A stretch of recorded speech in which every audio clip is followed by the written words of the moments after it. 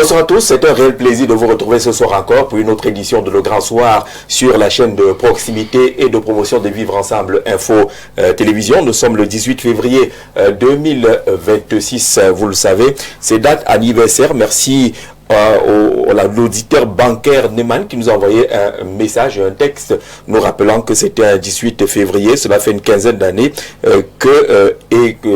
qu'on appelle comment ça, cette microfinance a été fermée, Cofinest, et qu'il y a de nouveaux dossiers qui seront versés à l'affaire Cofinest. Nous, on se fera le plaisir dans les tout prochains jours de les recevoir, ces auditeurs bancaires-là, pour nous parler un peu de la chute de Cofinest qui avait pignon sur rue dans le milieu de la microfinance.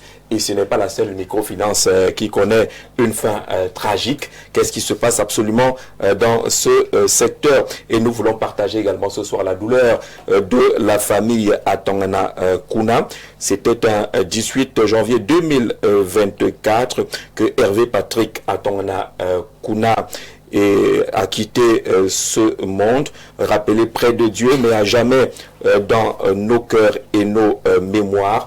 Nous accompagnons la douleur toujours aussi vive et vivante de la famille Atongana Kuna à la suite du décès. Donc, il y a de cela quelques 2 ans de Hervé Patrick Atongana Kuna. C'était un 18 février 2024. On n'arrêtera pas de présenter toutes nos condoléances à la famille Atongana Kuna et que la terre de nos ancêtres demeure légère pour Hervé Patrick. Nous penserons beaucoup à lui ce soir.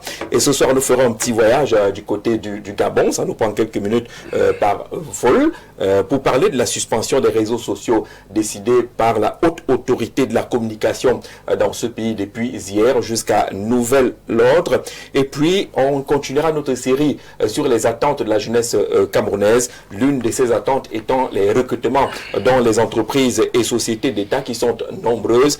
Les jeunes questionnent toujours ces sociétés d'État, notamment les recrutements. Comment se font les recrutements dans les grandes sociétés d'État connues au Cameroun? Ils parlent, la plupart des jeunes, d'opacité, ils parlent de favoritisme, ils parlent de tuyaux et de réseaux de ce côté, ils parlent justement des choix en fonction de qui est devant qui. On en parle dans le cadre de ce programme accueillant, et c'est la première fois qu'on le reçoit avec beaucoup de plaisir d'ailleurs. Petit Pierre Atongana, c'est un homme politique. Il est du parti Jouvence de notre ami Valère Bessala. Petit Pierre, c'est petit avec un Y. Oui. Papa dit que tu es Pierrot. Voilà. Petit avec un Y, Pierrot c'est Pierre, c'est le second prénom. Donc petit, ma maman a eu l'idée judicieuse, n'est-ce pas, d'éviter le IT à la fin. Elle a plutôt mis le Y. Donc c'est P-E-T-Y. Cela soit appelé Petit Pierre. Voilà.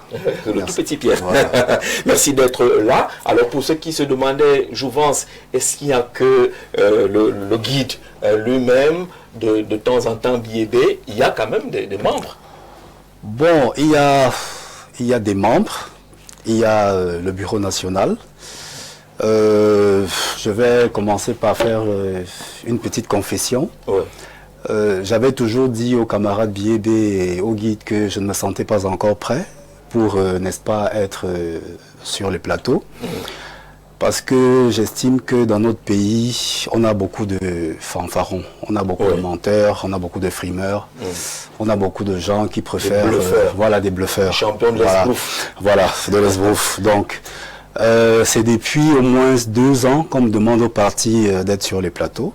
Voilà. Donc récemment encore ici sur votre chaîne télé, le guide, n'est-ce pas, disait que il n'était pas le seul, n'est-ce pas, et qu'il souhaitait que d'autres camarades au sein du groupe, n'est-ce pas, prennent pas le relais, mais occupent, n'est-ce pas, l'espace disponible. Et j'étais moi-même déjà personnellement représenté le guide pour l'installation du bureau de notre comité d'arrondissement de Douala 5e. Et depuis que ça a été fait, les camarades là-bas, de ce côté-là, ils passent sans publicité sur les chaînes de Douala. Donc pour dire que voilà, le guide ne sera plus orphelin de partisans, de membres, de jouvence, pour, n'est-ce pas, occuper l'espace communicationnel national ou local au Cameroun. Merci beaucoup de nous accorder cette exclusivité pour une fois que vous décidez de sortir de l'ombre pour prendre les devants. Je travaille plus dans l'ombre. Maintenant, vous êtes sorti de l'ombre grâce au Grand Soir. Découvrez Petit Pierre à Tangana, qui est de Mouvement Jouvence, c'était la communication. Ouais. Non, commissaire général au compte. Je suis plus dans les finances et donc... commissaire général au compte. Voilà. Ce n'est pas n'importe quoi. Ouais. Commissaire général au compte. Ouais. Chaque expression a un sens. Tout à fait. Du côté de Jouvence, c'est un plaisir de vous avoir. On accueille lui, David Lobé.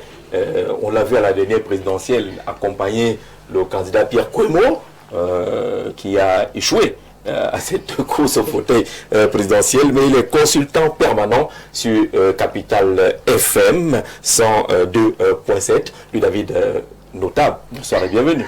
Jean-Jacques Zé, bonsoir.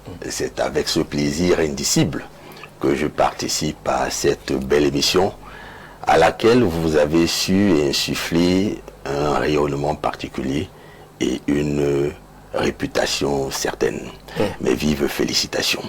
Alors, j'ai participé à ma modeste façon à la campagne présidentielle aux côtés du candidat Kouemo Pierre. L'objectif était de glaner le maximum de voix afin de parvenir à une victoire éclatante et forte. Malheureusement, les Camerounais se sont prononcés. Le choix a été porté sur un autre candidat. C'est une aventure pleine d'expérience qui nous a amené à faire immersion dans les méandres et les dédales du champ politique. Aujourd'hui, nous sommes un peu en hibernation. Nous sommes voués à d'autres préoccupations et nous ne pouvons que souhaiter bon vent à celui que nous avons accompagné avec détermination et enthousiasme. Il n'y a pas eu à faire des milliards là-bas? Non, il n'y a pas de tribulation liée à de l'argent. Il n'y a pas eu 1 milliard quelque part et puis les autres n'ont rien eu. Aucunement. Parce que les milliards se baladent. Beaucoup. On dit que Jocha aussi a eu 1 milliard. Milliard. Il faut un pick-up pour transporter 1 milliard. Il y a la banalisation du milliard. Je pense que cela procède également du dérèglement de notre société. On parle de choses dont on n'a aucunement la mesure ou la teneur. On verse dans la suspicion, dans la délation, dans les accusations. C'est pour ça que pour flétrir l'image de certains hommes politiques qui ont pignon sur eux, quelques militants ou camarades en rupture de banc peuvent concocter des histoires fantaisistes et vous ne serez pas étonné d'entendre parler de milliards ici et là. D'accord, merci beaucoup, lui, David Lobé, d'être des nôtres ce soir, tout comme Descartes à Condosé, lui, il est du Rassemblement démocratique du peuple camerounais, le RDPC. Bonsoir et bienvenue. Bonsoir Jean-Jacques, bonsoir mes compagnonnistes.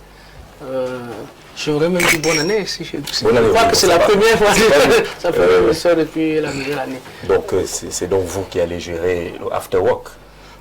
C'est la tradition. Celui qui l'a mentionné va le gérer. Le grand R. Bon, un mot pour quand même, pas quand même, hein, un mot pour nos frères religieux les musulmans et chrétiens qui dès aujourd'hui entrent dans une phase importante de leur vie religieuse, de leur quête de foi. Et c'est une période qui s'accompagne souvent de beaucoup de restrictions qui s'imposent, qui ont chacune un sens.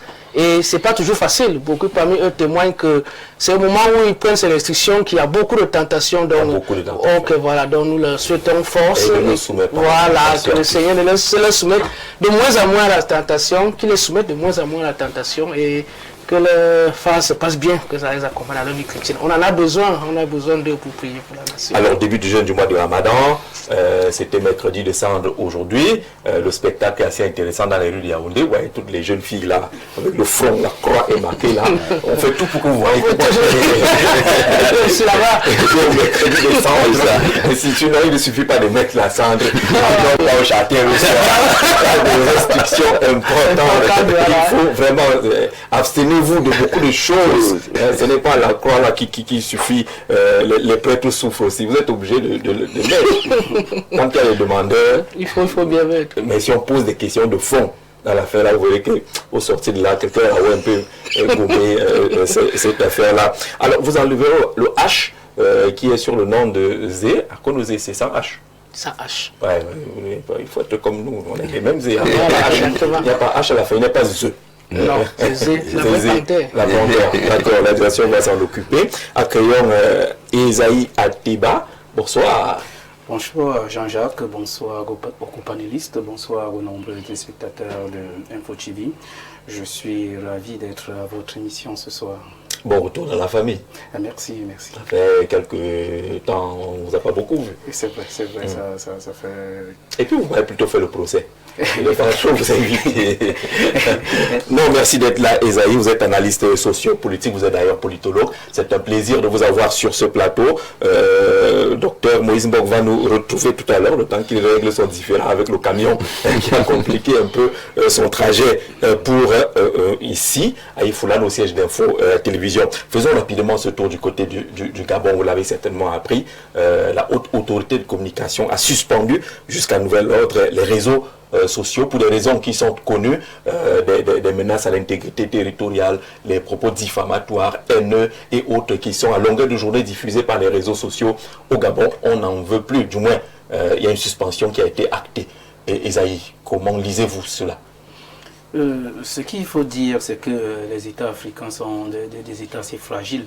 Et avec la prolifération des réseaux sociaux, on a l'impression que ça ne nous sert pas seulement à communiquer.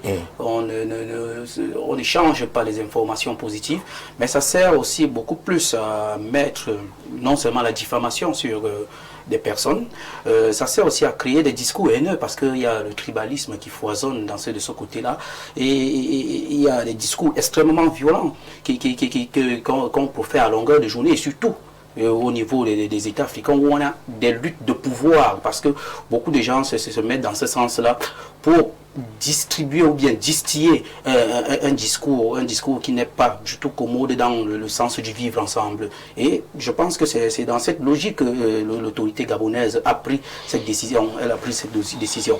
Mais ce qu'il faut comprendre, c'est que c'est compliqué aujourd'hui de verrouiller. De verrouiller, c'est cela. Parce que nous sommes aujourd'hui dans ce qu'on appelle un village planétaire, c'est-à-dire il faut qu'on communique en longueur de journée et les réseaux sociaux aident aussi certains à faire du business, du commerce, de mettre des produits en ligne et tout le reste. Ce qui fait que ça va en quelque sorte impacter aussi l'économie du Gabon dans ce sens-là. Bon, il va falloir trouver le juste milieu pour gérer cela et mettre, je pense, des lois assez fortes pour pouvoir punir sévèrement ce qu'on peut punir. Pas suspendre, mais punir les dérives. Oui, punir les dérives. Ou les filtrer. Et effectivement, et il va falloir qu'il y ait cette entente entre les États, parce que vous savez qu'il y a d'autres qui ne sont pas au Cameroun et qui sont champions pour distiller ce message en étant à l'extérieur et impacter la vie de beaucoup de citoyens, créer la zizanie entre des gens qui vivaient en communauté, qui vivaient en paix dans des territoires, parce que vous allez voir, les villes camerounaises aujourd'hui sont des villes cosmopolites où on regroupe plusieurs ethnies, tribus et tout le reste. Et je pense que c'est le même cas dans plusieurs villes africaines, que ce soit à Libreville, au Gabon, ou bien dans les villes au Congo, à Kinshasa et tout le reste. Et ce sont des villes généralement qui regroupent plusieurs communautés, plusieurs ethnies, et créer ces discours de haine, mettre des gens dans des difficultés, ça pousse des gens à l'affrontement, ça pousse des gens à se regarder même en chien de faïence. C'est un peu comme la situation, Petit Pierre, chez nous les Pygmées, on dit que lorsque vous ramenez un gibier un peu en décomposition, vous jetez, c'est mauvais, vous le mangez, c'est mauvais. C'est un peu comme ça les réseaux sociaux. Bon. Si vous gardez, c'est mauvais, si vous jetez, c'est mauvais. Moi particulièrement, j'ai fait l'Est du Cameroun pendant pas mal d'années. Et permettez, Jean-Jacques Zé, que j'apporte pas une correction, mais un petit rectificatif. À l'Est, la viande, bien que pourrie, elle ne se jette pas. On la fume. On la fume. C'est-à-dire que... Et si on la fume mal, tant pis. J'ai été à ce moment-là. Si on a donné la viande, là, je vais vous laisser derrière. Parce que on la fume. D'accord. Voilà, donc, pour dire quoi? Pour dire que tout n'est pas toujours mauvais. Oui. C'est-à-dire que c'est mauvais pour qui ne sait pas comment est-ce que l'utiliser. C'est un peu comme avec les ordures. C'est-à-dire que nos déchets, le recyclage, c'est pareil. Donc, avec ce qui se passe au Gabon, notre pays frère, ami, avec qui le Cameroun, n'est-ce pas, nous partageons beaucoup d'ethnicité. Non, la suspension a une teinte un peu à l'image, aussi radicale. voilà, à l'image en fait de qui est à la tête de l'État. D'accord? La HAC, certes, régit tout cela, mais soyons un peu souples. Parce que comme l'a dit tout à l'heure... Vous pensez que c'est la main un peu trop ferme du président gabonais? C'est un général. C'est. Vous pensez que c'est un peu dur? Voilà. Vous n'adopteriez pas ou n'accepteriez pas ce genre de décision? Non. Moi... Mais s'il s'avère que c'est devenu suffisamment dangereux, si s'intéresse à cette affaire de cette manière-là, ça veut dire que les dérives étaient déjà ingérables, comme on dit. Bon, si on ramène l'affaire au Cameroun, oui. Qu'est-ce qu'on va dire? Qu'est-ce qu'on va prendre comme mesure? On va quoi? On va non seulement suspendre et puis on va mettre ceux-là condamnés à mort? Non. Ce que je veux dire, c'est quoi? C'est que quand on est responsable des structures étatiques, il faut avoir, n'est-ce pas, la mesure humaine des prises de décision, surtout en ce qui concerne des restrictions directes ou indirectes. Il faut penser, n'est-ce pas, à ce qui va entourer, après la prise de décision, n'est-ce pas, les à côté. Parce que oui, vous suspendez comme ça, de facto, mais en filigrane, il y en a vraiment qui vont en pâtir. Bon, là, c'est ça, il faut mettre sur la balance voilà. Cela. Ceux qui vont en pâtir si on maintient et ceux qui vont en pâtir si on ne maintient pas. Peut-être que l'État a pensé que sur la balance, il vaut mieux d'abord stopper. Avec quelle récurrence? Il y a eu ce genre de phénomène. J'ai pris l'exemple du Cameroun, où ici, on insulte notre chef d'État, bon. On insulte notre première dame, on n'a jamais suspendu les réseaux sociaux. Bon. Donc, c'est excessif en fait. C'est excessif. Ils pourraient gérer cela autrement, c'est excessif. Des cartes sur cette décision de la haute autorité de la communication du Gabon. Oui, bon, premièrement, on va commencer par respecter la décision souveraine. Oui. Il faut le mentionner, la décision souveraine de l'État du Gabon. On n'a pas de leçon à leur donner, on ne peut faire que des analyses. Parce que personne ne sait plus que lui les dangers que court son pays et encore les vulnérabilités de son pays. Je pense que ceux qui sont à la tête du pays mesurent très bien et savent très bien et surtout à quel moment ils sont en danger pour telle ou telle situation. Ils ont des éléments qui ne vont pas forcément partager avec nous. Je pense que c'est une décision qui a été réfléchie. Je leur accorde, je peux faire soupçonner qu'ils savent très bien ce que c'est que les réseaux sociaux en termes d'économie numérique, en termes de partage de culture, en termes même de promotion de son pays. Ils savent très bien. Ça ne pourrait pas être une décision fantaisiste. Donc c'est pas une décision fantaisiste. Je refuse de penser comme ça. Je refuse de penser comme ça. Ils savent très bien. Je me dis, nous sommes derrière les analyses. Loin de nous, on n'évalue pas sa décision. Vraiment pas. Nous n'avons pas ni la capacité, ni la prétention.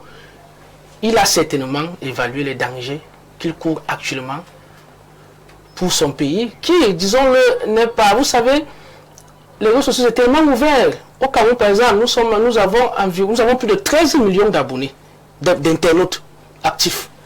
Le Gabon, pour une population, je crois, de moins de 4 millions, si je ne me trompe. Moins de 4 millions. Moins de 4 millions. Et à 2 millions d'internautes actifs. Ça, c'est ce que les stats donnent en 2023. Ça veut dire qu'on pourrait déjà être... Vous voyez, ça veut dire que la façon dont le Cameroun gère, avec les messages du chef de l'État, les messages d'apaisement que les gens donnent ici tous les jours, essayer de... Peut-être que là-bas, ça ne suffit pas. Peut-être que là-bas, c'est toute la population qui est déjà emballée dans le truc. Vous voyez, la fragilité, la vulnérabilité n'est pas la même. Je ne dis pas qu'ils soient vulnérables, et nous particulièrement, mais je dis... Quand on voit comment est-ce que l'absorption que les réseaux peuvent faire de l'État, vu leur démographie, peut-être que l'impact, ça peut vite toucher là-bas qu'ici. Donc ici, peut-être nous sommes encore en phase de sensibilisation. Peut-être qu'ils étaient sur cette phase-là, on ne nous a pas informés qu'ils sont en train de sensibiliser. Parce que peut-être il y a eu une phase de sensibilisation que nous n'avons pas été informés, mais nous sommes seulement au courant quand il faut déjà sévir. Je pense qu'il a pris une décision. Tout ce que je peux souhaiter pour être d'accord avec Kouali, c'est que ce soit temporel. Vraiment, s'il y a quelque chose qui se trame, qui profitent donc de cette coupure. Voilà, s'ils nous écoutent, bon, de toute façon, ils nous écoutent. Ils n'ont plus Facebook, donc ils sont à la télé. Ils sont en train de nous écouter. C'est temporel. J'espère que c'est temporel. Voilà, c'est temporel. Et que ce temps-là, vraiment, qui prennent le temps de causer, dire des messages de sensibilisation qui expliquent le bien. Parce que parfois, autre chose moins important, je peux chuter dessus, une décision dépend de comment est-ce qu'elle est expliquée aux populations. Même ici, nous avons souvent ce problème. On vient, on casse un emplacement, on interdit quelque chose sans nous expliquer le bien fondé. Il faut nous expliquer notre intérêt général, notre intérêt particulier, comment tout le monde gagne dans la décision. Je pense que cette période-ci, ce que l'État gabonais doit faire en premier, c'est d'expliquer aux populations, calmement, avec les moyens de communication qu'il y a à la télé et autres, calmement, pourquoi cette décision a été prise, comment est-ce qu'elle a l'intérêt des populations du Gabon. D'accord, Louis David, sur cette décision de la haute autorité de communication du côté du Gabon de suspendre jusqu'à nouvel avis les réseaux sociaux. Commençons par dire que cette décision n'est ni une exclusivité, ni un fait inédit en Afrique. Oui. Plusieurs pays se sont illustrés par une rupture brutale avec les réseaux sociaux et on peut les dénombrer, le Tchad, l'Éthiopie, la Tanzanie, le Bénin, ceci pour des raisons spécifiques.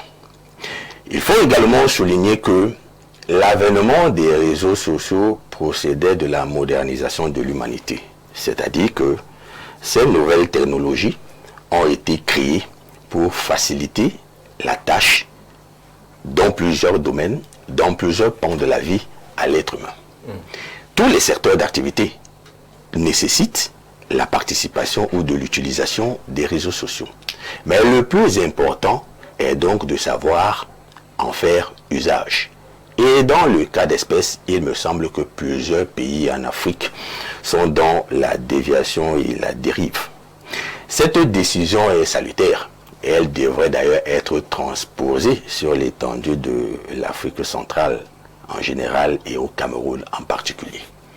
Moi, à la différence... Les réseaux sociaux sont brûlants. À la différence de mes compatriotes qui sont dans du faux semblant, moi je suis péremptoire. Il faut suspendre l'usage des réseaux sociaux au Cameroun pour une durée, certes déterminée, mais pour un bon moment. Je le dis parce que ces éléments technologiques ont procédé de façon outrancière à la tribalisation de la société. Moi, je suis dans les... La montée de ces discours haineux, tribalisme.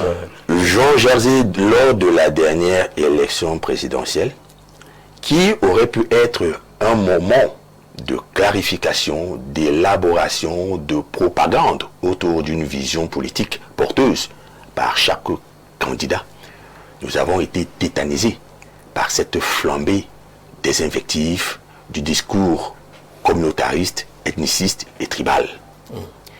Des tribus, des frères se sont clairement opposés avec pour fond des injures. Et le vecteur de propagation de ces insanités n'était autre que ces réseaux sociaux. Nous en avons même d'ailleurs appelé à l'arbitrage, mieux à la régulation de l'autorité compétente au Cameroun. Mais par cet entente, le Conseil national de la communication. Le Conseil national de la communication ou l'agence nationale. On a même convoqué l'antique. On a même convoqué l'antique. C'était la communication. Certains ont proposé la création d'une brigade cybernétique parce que ça allait mal. Ça allait très mal. Alors, il y a eu un attentisme, il y a eu un silence, il y a eu une indifférence qui ont fini par nous conforter dans l'idée selon laquelle ces dérapages confortaient l'ordre établi. Il y a également cet ensauvagement de la société.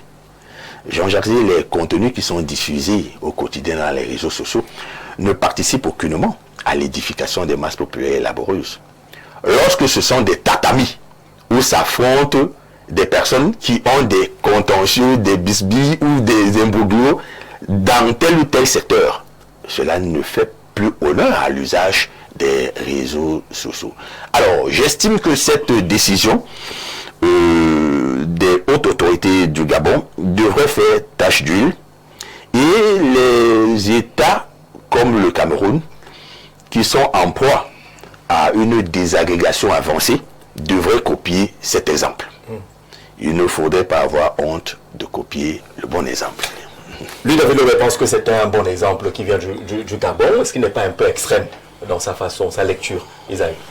Bon, je trouve quand même qu'il est extrême parce qu'on va dire qu'on ne peut pas, comme on le dit souvent, jeter le bébé avec l'eau du bain. Il y a quelque chose de bon sur les réseaux sociaux qu'il faut garder et il y a peut-être des trucs à évacuer. Le bon est noyé. Oui, maintenant il faut travailler dessus. Il faut travailler dessus pour essayer. Moi, je suis d'accord qu'il y a certains réseaux sociaux qu'on doit clairement évacuer parce que vous allez arriver dans certains pays comme la Chine, il y a des choses qui n'existent pas là-bas, il y a certains réseaux sociaux qui n'y a pas. Vous allez voir le filtre est absolument et ce qui est un problème, le problème qu'il y a en Afrique, c'est qu'on ne s'approprie pas ces choses. Bon, tel que ça vient de l'Occident. En fait, et la Chine n'est pas tombée parce qu'il y a ce filtre qui est rigoureux. Parce que vous allez voir, les enfants d'un certain âge ne s'abonnent peut-être pas sur TikTok ou bien les contenus peut-être des enfants d'un certain âge. Lorsque vous partez, vous créez un compte, on sait que c'est un enfant de 12 ans. Les contenus qui lui sont proposés, c'est pour des enfants de 12 ans et ce sont des contenus éducatifs. Mais ici, là, vous voyez, tout, un enfant de 12 ans, de 10 ans se connecte à les mêmes informations que vous, M. Jean-Jacques. Il est exposé à tout. Il y a tous les contenus, à tous les groupes. Et c'est comme ça que ça va. Parce que même les affaires que vous voyez aujourd'hui, les enfants que les enfants font à l'école aujourd'hui, c'est des choses qu'ils regardent sur les réseaux sociaux, tout ce qu'ils organisent à l'école, ce qu'ils partent, ils font dans les quartiers, tout le reste. C'est ce qu'ils copient au niveau des réseaux sociaux. Et c'est cette dérive-là aujourd'hui qui pousse notre société à se déliter comme on le voit aujourd'hui, à se désagréger comme on voit tout ce qui est en train de se passer là. Et c'est des choses qu'il faut effectivement réguler. Et moi je dis encore, il va falloir que les Africains travaillent dessus, soit eux-mêmes. Ils se mettent dessus, mettent des ingénieurs pour créer des réseaux qui puissent être à l'image. Le gouvernement avait proposé ici sur ce plateau ce lundi qu'il faut peut-être tropicaliser aussi les contenus en y mettant ce qui nous est propre, ce qui relève de nos valeurs. Effectivement.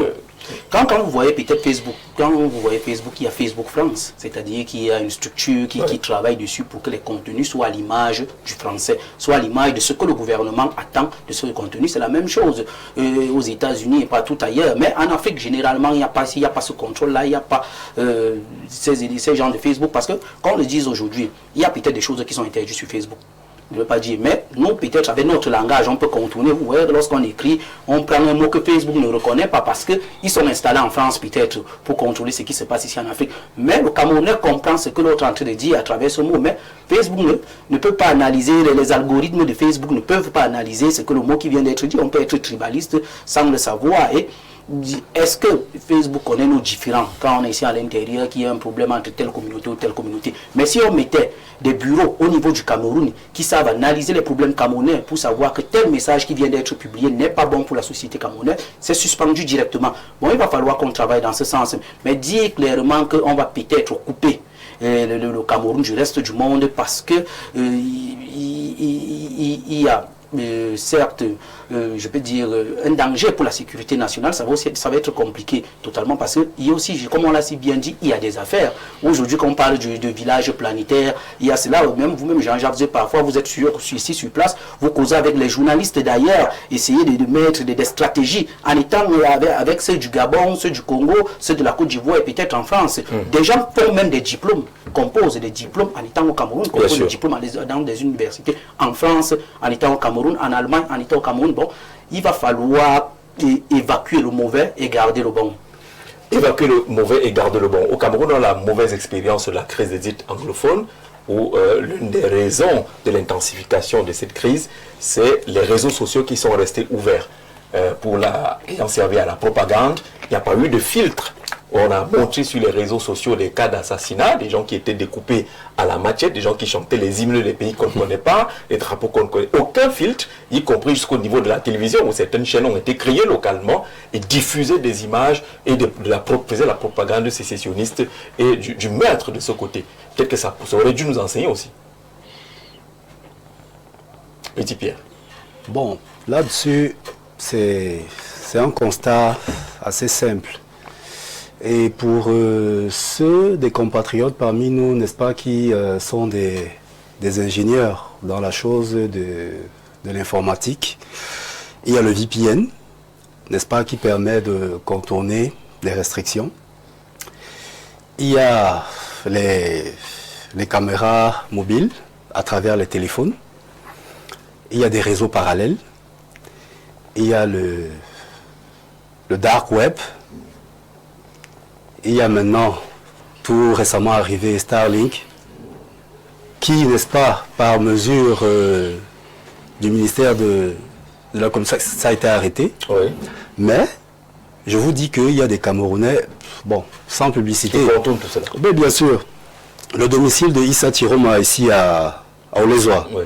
il y a le carré de Starlink sur sa toiture.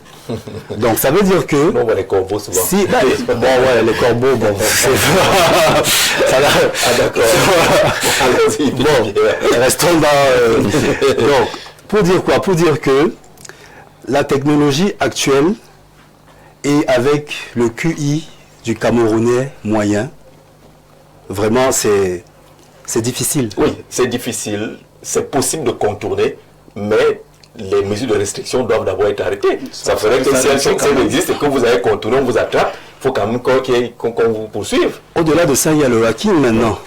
Alors que se passe-t-il exactement au Gabon? Est-ce que les réseaux sociaux ont été suspendus? On a appris que le président Oligui n'aurait pas été informé de cette décision, la haute autorité de communication. On va essayer d'aller au Gabon. Si Raoul Christophe Bia est avec nous. Raoul, bonsoir.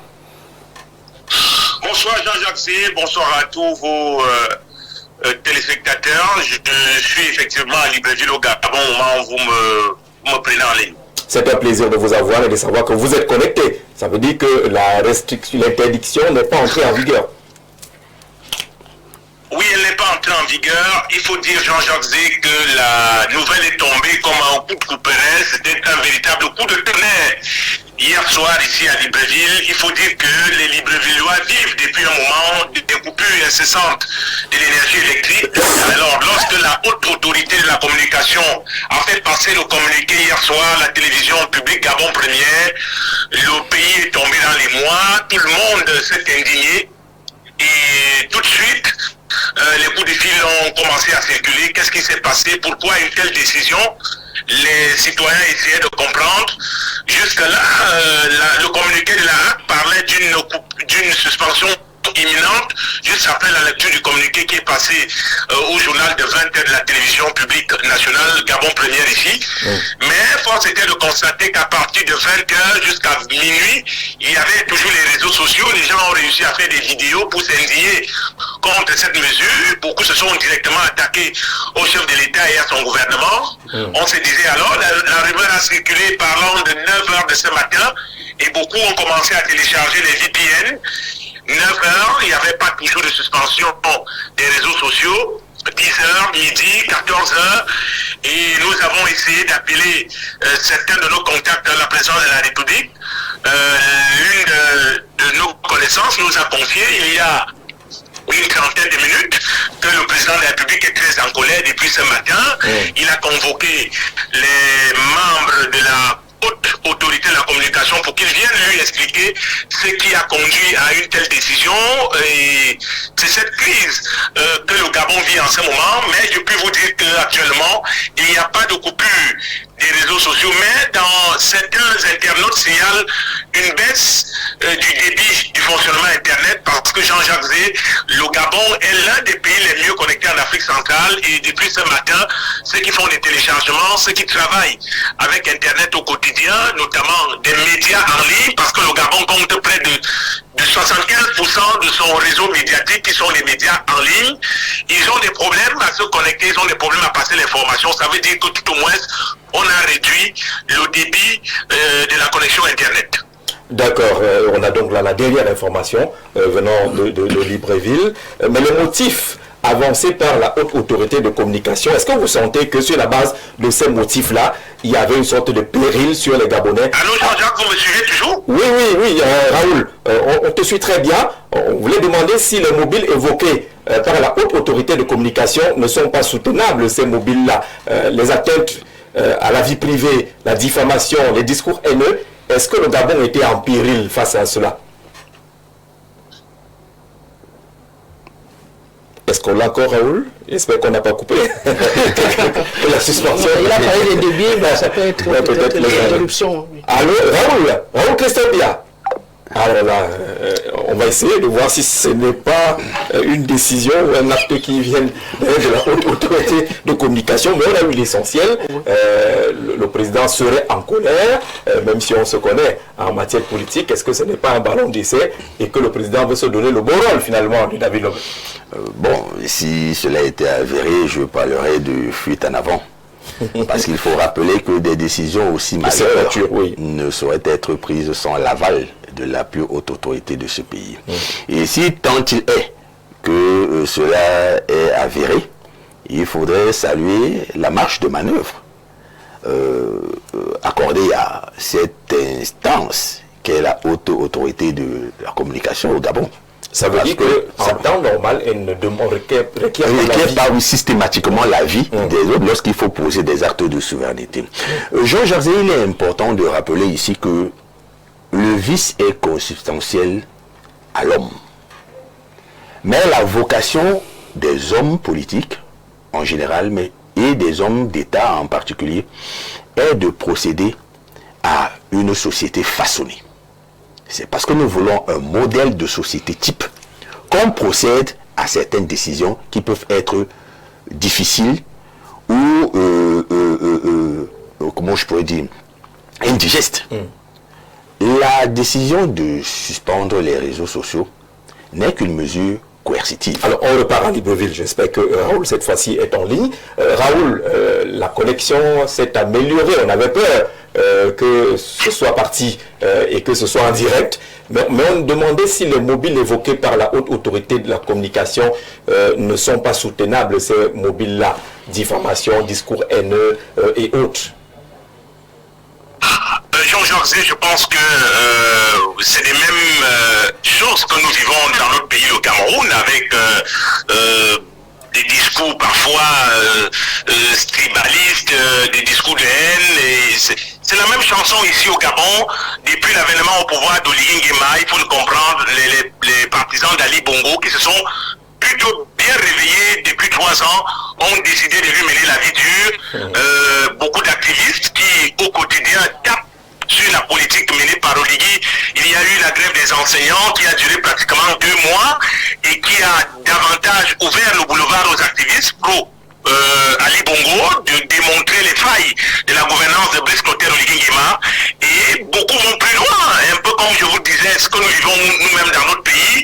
Vraiment, certains descendent dans les dessus de ceinture, ils insultent la femme du président, ils insultent le président lui-même, et c'est certainement ce type de dérive et des appels au coup d'État, renverser le président, s'il a fait le coup d'État, pourquoi pas lui-même subir à son tour un coup d'État. Ce type de messages qui reviennent généralement ces derniers temps sur la toile ont peut-être encouragé et peut-être soutenu l'argumentaire de la haute autorité de la communication, on s'est dit peut-être il vaut mieux arrêter la saignée, il vaut mieux suspendre totalement les réseaux sociaux pour éviter d'atteindre les débordements. Vous savez que le peuple gabonais est connu comme un peuple qui n'hésite pas à descendre dans la rue quand il n'est pas content. Et les nouvelles autorités craignent de revivre ce qu'ils ont vécu le 30 août 2023 avec le coup d'État lorsque Oligui Nguema est arrivé. Ces derniers temps, il y a beaucoup de tensions dans l'air avec les coupures d'électricité incessantes,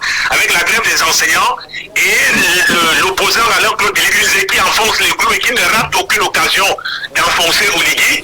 Et donc, face à toutes ces choses que je viens de vous énumérer, l'AC a estimé peut-être qu'ils allaient mieux restreindre les réseaux sociaux ou au besoin de les suspendre tout simplement. Merci Raoul Christophe Bia depuis Libreville, le grand reporter international. Merci pour ce coup de main et ces informations fraîches venant des bords de mer à Libreville. On se retrouve très bientôt Raoul. À très bientôt Jean-José. Très bien. Est-ce que Descartes, le président ne se donne pas finalement le bon rôle? La suspension peut créer également des soulèvements. Oui, de toute façon, on peut comprendre le président. Bon, comme je dis, je vais accorder la bonne foi à ceux qui disent. Le président n'était pas au courant et la communication a pris les devants. Bon, on va prendre ça comme ça. De toute façon, le problème reste le même. Que le président, même s'il n'est pas content qu'on ait suspendu, il faut quand même qu'ils regardent la situation. Parce que ce que Raoul évoque est assez grave. Il y a des appels au coup d'État qui sont lancés. Le problème des réseaux sociaux est réel. Et ce n'est pas un problème gabonais, c'est un problème de tous les pays africains, et même au-delà. Mais nous avons une difficulté parce qu'il faut essayer de comprendre ce qui arrive à suspendre. Ils n'ont pas envie de... C'est comme si on punissait toute la salle de classe parce que quelques élèves ont bavardé. Malheureusement, c'est parce qu'on a du mal à punir, voilà, identifier qui sont les bavards. On se trouve en train de suspendre toute la classe. C'est un peu le même schéma. Parce qu'en réalité, il y a un moyen technique. Là, maintenant, je parle comme ingénieur en télécommunication. Il y a un moyen technique de suspendre certains canaux de diffusion de certains contenus. Tous les groupes à Facebook ne sont pas des groupes de diffusion de haine. Toutes les pages ne sont pas les pages qui traitent même des affaires politiques. Il y a des pages qui parlent de culture, qui parlent de management, d'entrepreneuriat et autres. Vous voyez, quand on suspend, maintenant, c'est tout le monde qui perd. Pourtant, il y a des moyens. Sauf que qu'est-ce qui bloque? Il y a plusieurs choses qui dérangent dans cette affaire. Il y a le moyen technique. Nous ne les avons pas. Les gens tirent sur l'Antique. L'Antique a de très bons ingénieurs, l'Antique a des gars performants. Mais est-ce que l'Antique a la même mise sur la gestion de Facebook? Est-ce que l'Antique a les capacités de suspendre une page au besoin ou alors de l'ouvrir quand ils veulent? Il y a ces limites-là. Et quelles seraient donc au-delà des limites techniques? Au-delà des limites, je vais vous expliquer, j'y viens. Oui. Au-delà des limites techniques, il y a les limites juridiques, les lois. Je vais vous prendre un exemple. Je peux être aux États-Unis et faire la promotion de l'homosexualité au Cameroun. Parce que je suis aux États-Unis, mais je suis dans tous les groupes Facebook du Camerounais. Maintenant, il est difficile que l'État camerounais demande à l'État américain de suspendre cette page-là, parce que là-bas, ce n'est pas interdit. Vous comprenez comment c'est pas très évident pour nous de suspendre, de faire le filtre de bons et de mauvais. Il y a des choses qui passent là-bas qui ne passent pas ici. Alors, mais demande aux médias occidentaux, par exemple, qui arrosent, tout comme Facebook, le continent africain, il y a des pays qui disent RFI, on ne veut plus. Et c'est fait. Exactement. Ils ne sont pas soumis à nos lois. Mais ils sont faits. Une fois qu'ils ont notre territoire, ils doivent respecter nos lois. Exactement. J'interpelle donc les pays africains d'appuyer sur les leviers diplomatiques nécessaires pour résoudre cette affaire. Parce que de façon technique, c'est compliqué. La solution technique la plus facile, vous voyez, celle qu'elles ont fait recours, est souvent de suspendre. Mais elle cause beaucoup de dégâts.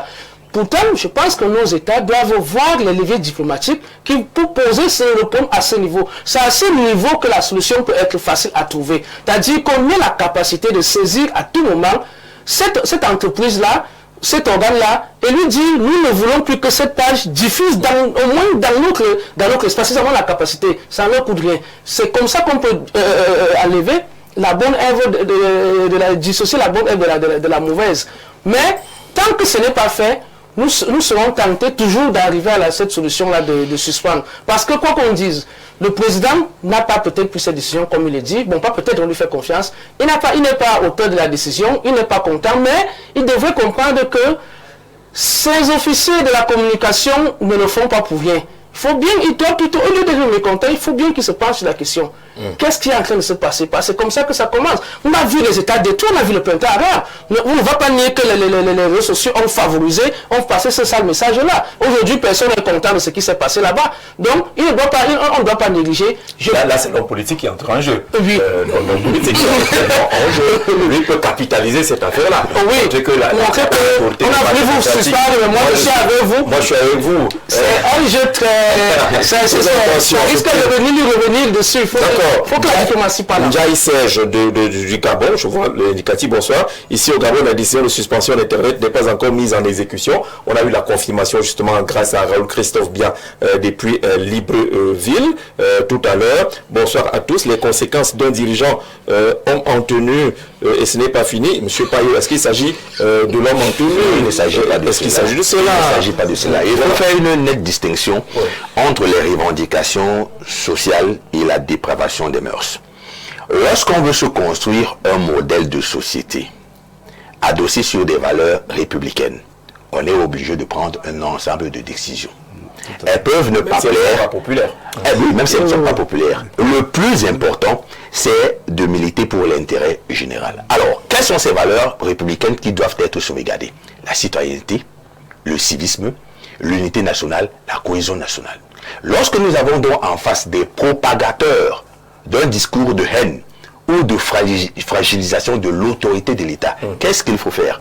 Devrait-on être souple, comme semble le dire ici mes frères, autour de ces fautifs? Non. Il faut remettre tout à plat. Parce qu'on remet tout à plat dans le sens d'améliorer substantiellement ce qui existe.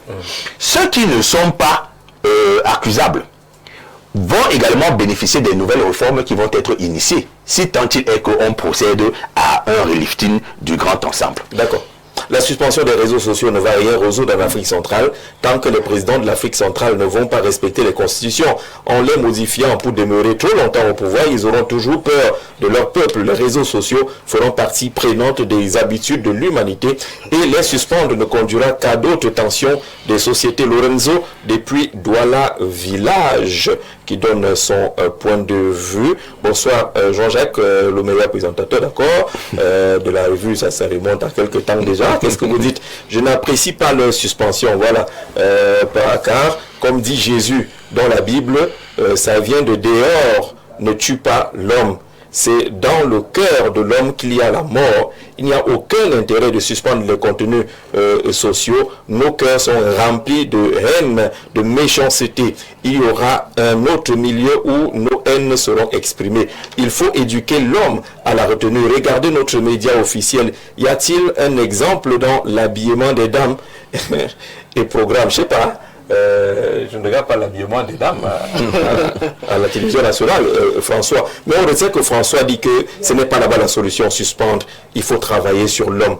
Bonsoir le plateau du Grand Soir. Suspension des réseaux au Gabon, une mesure unique qui démontre la frilosité du pouvoir. Les critiques sont de plus en plus nombreuses concernant l'incapacité du gouvernement actuel à régler les problèmes des Gabonais. Tout simplement, la population gronde, les tensions sociales et les revendications sont de plus en plus nombreuses. Devant ce tableau et la réalité de l'exercice du pouvoir, les réseaux sociaux sont le bouc émissaire idéal. Chercher le pouvoir, c'est bien, se montrer capable. C'est mieux, décision plutôt émotionnelle. Pierre, depuis le Gabon, Pierre, on a appris que le président n'était pas au courant et qu'il n'est même pas content. Il a convoqué les membres de la HAC pour qu'ils les aient expliqué le comment et le pourquoi. Alors, sur la suspension des réseaux sociaux au Gabon, je pense que la mesure sera revue parce qu'il y a une grande économie numérique qui en pâtirait.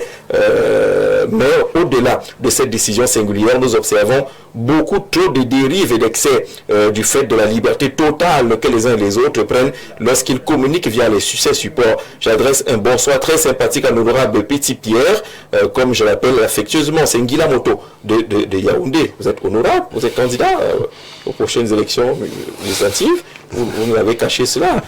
Bonsoir Jean-Jacques. Les dirigeants de chaque pays connaissent les limites de leur population. Les Gabonais ne font pas aussi dans les conjectures comme les Camerounais. Les Gabonais sont réalistes, ils agissent. Jean-Jacques Zé, les Camerounais peuvent se promettre la mort dans les réseaux sociaux et se retrouver à la mairie le lendemain pour un mariage de ces mêmes protagonistes-là.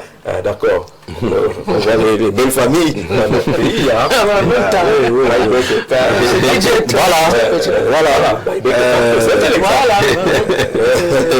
D'accord. Et c'est pas le seul couple. Même l'ancien président Omar Bongo avait pour seul vœu de diriger le Cameroun. Je suis Abdoulaye Onana. Ah bon? Oui. Il voulait diriger le Cameroun? Oui, oui. Parce que le Cameroun est bien à diriger. Oui. On est calme. Il chérissait cela dans les années 80. On est calme. On ne dérange pas. On ne dérange pas. D'accord, c'est ce que vous dites. Ça n'engage que vous.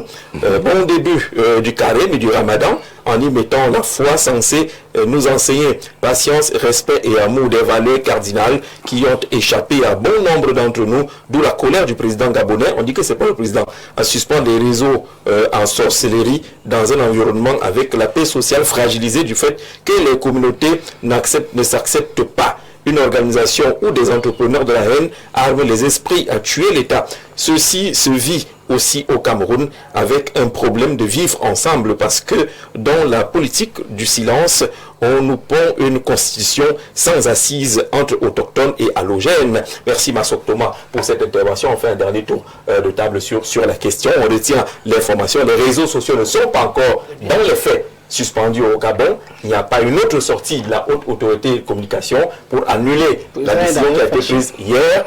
on a appris des sources crédibles. Raoul Bia dit que les sources internes à la présidence disent que le président n'aurait pas apprécié cette décision.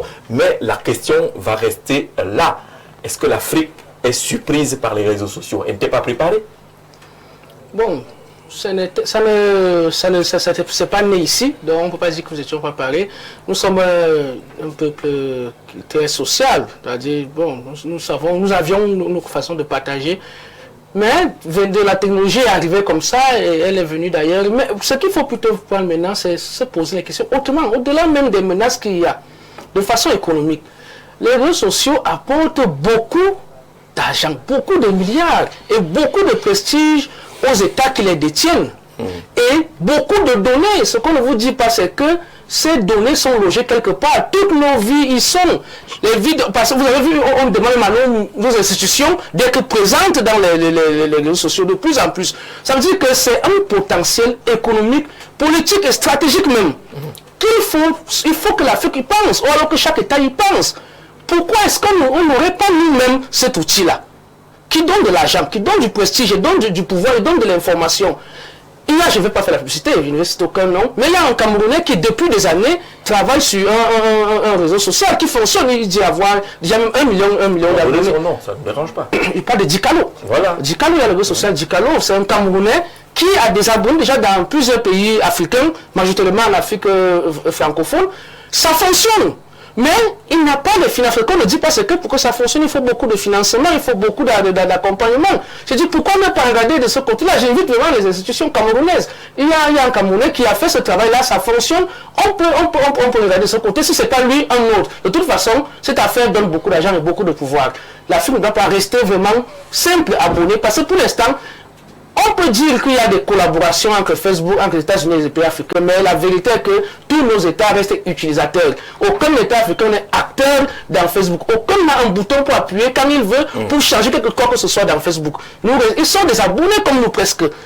Pourtant, c'est quelque chose, je dis, il faut penser déjà à avoir pour nous. C'est comme les satellites qu'on dit souvent là, on paye cher parce que l'Afrique n'a pas de satellite, c'est pareil. Aujourd'hui, peut-être même, c'est plus facile à faire et ça rapporte plus de pouvoir, plus d'informations et plus d'argent. Et surtout, ça donne le pouvoir de contrôler. De contrôler, parce que si vous n'êtes que abonné, vous n'avez pas le pouvoir de contrôler. Vous n'avez qu'à suspendre comme on le fait là aujourd'hui. Alors si c'était une autre chose, le président gabonais aurait saisi l'institution camerounaise qui aurait viré certaines pages de Dicalo et le Gabon serait tranquille, on ne serait pas en train de faire débat. D'accord. Lui, David Lobé, est-ce que l'Afrique était préparée? Est-ce que ce n'est pas beaucoup trop violent, ce qui tombe sur l'Afrique avec les réseaux sociaux? Jean Jazé, ne soyons pas excessifs en voulant faire comprendre aux uns et aux autres que la suspension des réseaux sociaux aurait un impact. Un cataclysme économique. Et économique même dans un pays. Parce qu'il faut le dire ici, au nombre des recettes qui sous-tendent l'économie d'un pays, il ne me semble pas que ce qui est lié ou en rapport avec l'usage des réseaux sociaux soit si considérable. Alors, ce qu'on fait des réseaux sociaux dans un pays est tributaire de la vision que les dirigeants ont de la société à diriger. Si nous voulons une société d'hommes intègres, nobles, respectables, alors on doit procéder à une régulation pointilleuse de certains pans de notre société. Nous devons veiller à ce que l'usage soit strictement positif. Mais malheureusement, ce n'est pas le cas. Je dis que ce n'est pas le cas.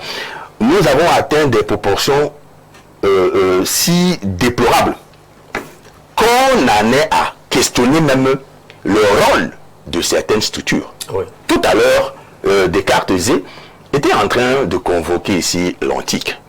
Mais si l'antique ne peut pas avoir un rôle pratique et pragmatique dans la régulation des réseaux sociaux, alors elle doit être soit complètement dissoute, soit subir une refonte. Souvenez-vous que le ministre des Postes et de l'Éducation a annoncé des sanctions il y a cela quelques années. Non, oui, des sanctions. Que les gens pourraient être sanctionnés. Tu fais des rapports, je n'ai pas dit qu'ils ne font rien. Bon, mais là, ce sont des annonces spectaculaires, comme on en a l'habitude dans notre pays.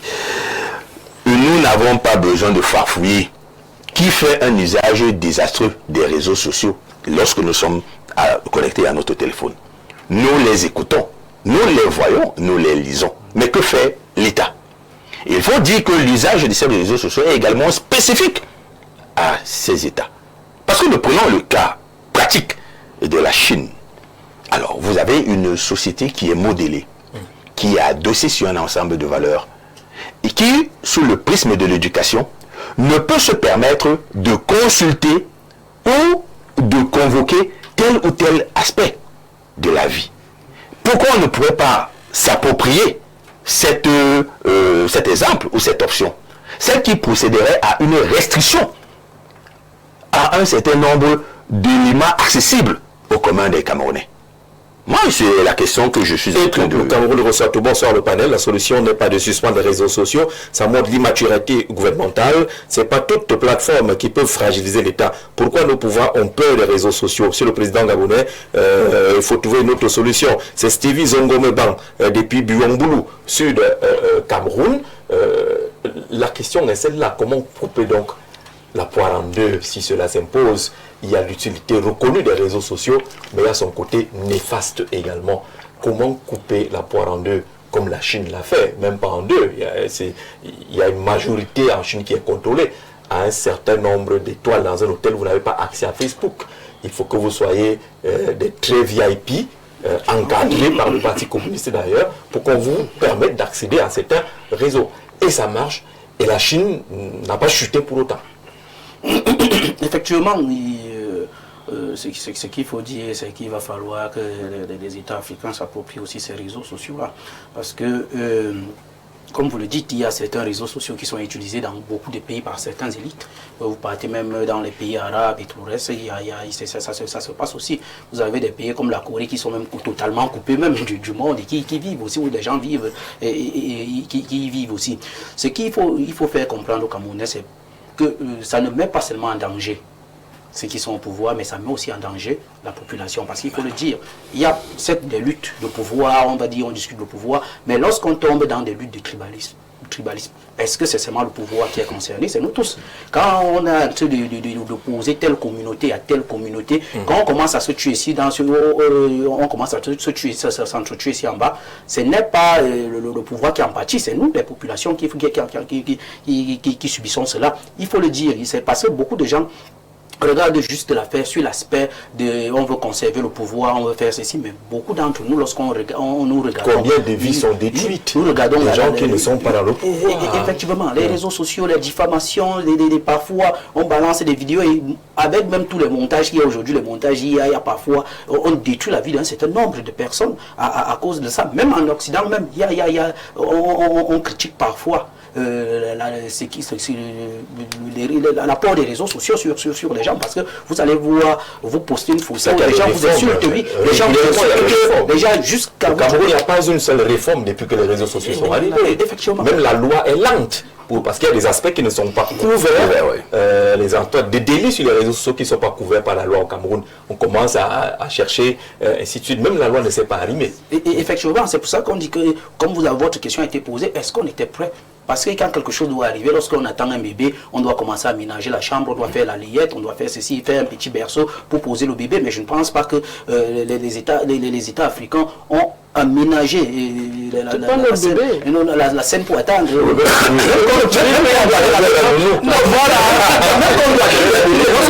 Lorsqu'on pense à adopter un bébé, on doit quand même aménager. Même quand on peut adopter un enfant, on se prépare quand même à attendre une nouvelle personne qui va arriver, s'il faut une chambre de plus, ainsi de suite. C'est ce qu'il faut faire aujourd'hui. Il faut une législation dessus, une législation forte sur cela, parce qu'en Europe, on ne publie pas la photo de quelqu'un si vous n'avez pas son autorisation. Vous allez voir parfois, même quand vous vous filmez, vous allez voir les réseaux sociaux en Europe, on floue un peu les visages de ceux qui sont derrière pour qu'ils n'apparaissent pas, parce qu'ils ne vous ont pas donné, ils ne vous ont pas donné cette autorisation-là, parce que si quelqu'un peut vous porter plainte d'avoir mis son image sur votre réseau social, et cela peut être compliqué sur votre situation, sur votre liberté. Bon, il va falloir qu'on le fasse aussi, et qu'on éduque les masses, parce qu'il va aussi falloir une éducation. Et ça, c'est fondamental. Une éducation, qu'on éduque les masses à l'utilisation des réseaux sociaux. Vous pouvez gagner de l'argent, mais vous ne devez pas distiller la haine, vous ne devez pas distiller la haine de l'autre, la haine de l'autre. Il faut gagner de l'argent aussi honnête. Effectivement, il y a l'argent parce qu'ils font dans la diffamation. Parce qu'ils font dans la diffamation. Parfois, les pouvoirs, les décideurs sont coincés eux-mêmes, petit Pierre. dire, vous avez ces acteurs influenceurs-là qui sont aujourd'hui à votre service, demain ils sont de l'autre temps. On ne sait pas comment agir, parce que si vous vous amusez, ils vont vous rappeler que quand même, tu es avec moi.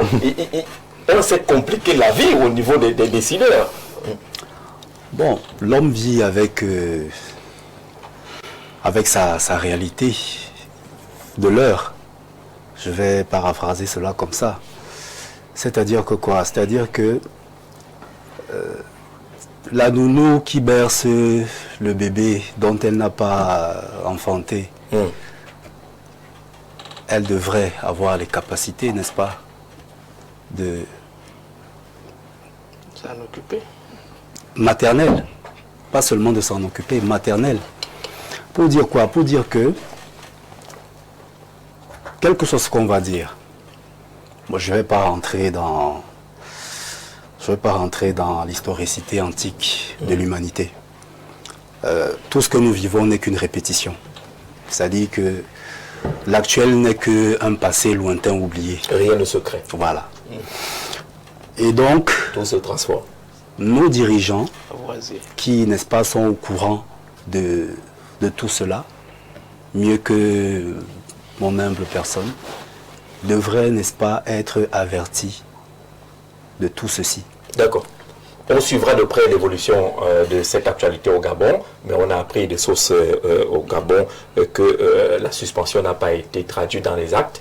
Ils sont toujours connectés, d'ailleurs ils sont nombreux à nous écrire depuis Libreville et d'autres villes gabonaises, et que le président aurait convoqué les membres de la haute autorité de communication pour en savoir un peu plus sur cette décision qu'il n'a pas, semblerait-il, approuvée de ce côté-là. On dit bonsoir à docteur Moïse Bock, bonsoir.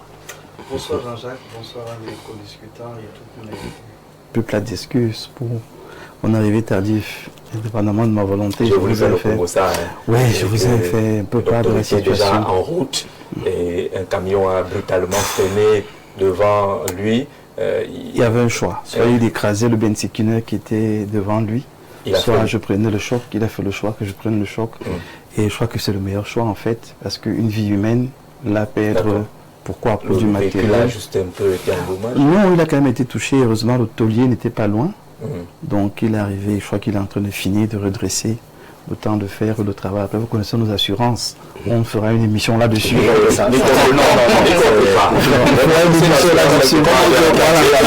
C'est mort. J'ai mis mon argent et puis la vie se poursuit tranquillement. Et l'émission va suivre. Moi, je pense qu'il faudrait tôt ou tard qu'on se penche sur cette mafia. Oui. Cette mafia urbaine. Oui. Qui est même très bien organisée par nos dirigeants. Oui. Il faudrait qu'on se penche là-dessus.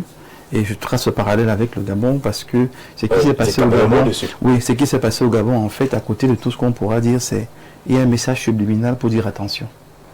Attention, c'est pas parce que vous avez accès à tout que tout vous est permis. Le message, il est simple. Et beaucoup de pays africains rentrent dans cette dynamique aujourd'hui. On a tout embrassé sans organiser la relation avec la chose qu'on embrasse. Et aujourd'hui, les réseaux sociaux nous montrent bien qu'ils peuvent aller très au-delà des attentes qui sont des travaux de recherche, d'histoire, de sciences, de mathématiques. Là, on est allé dans la délation, le dilatoire même. Et avec l'intelligence artificielle, on fabrique des choses. Donc aujourd'hui, il faudrait que l'Afrique s'arrête quand même. Et pour moi, c'est une très bonne attitude que le Gabon donne ce signal. Parce qu'au Cameroun, on ne vous informe pas, vous constatez seulement.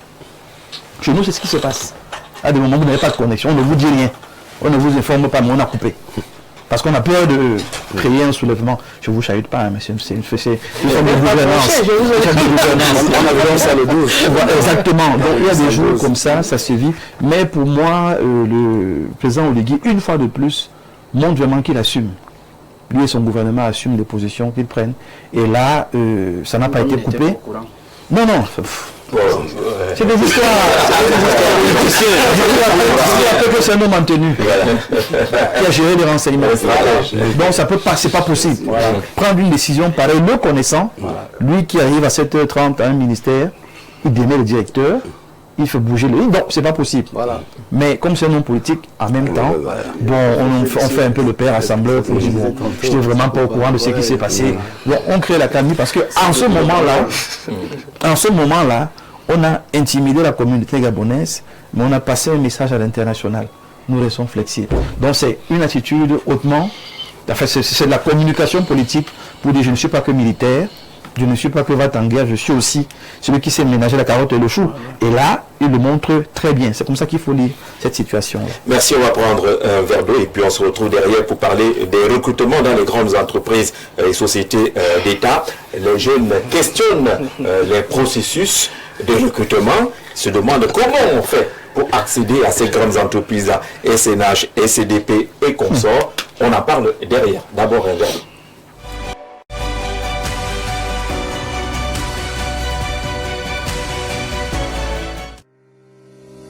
Elle tire sa source à plus de 120 mètres dans les profondeurs du Niès. Une roche connue pour ses vertus purificatrices qui font d'elle un filtre naturel pour l'eau minérale, source Bonis.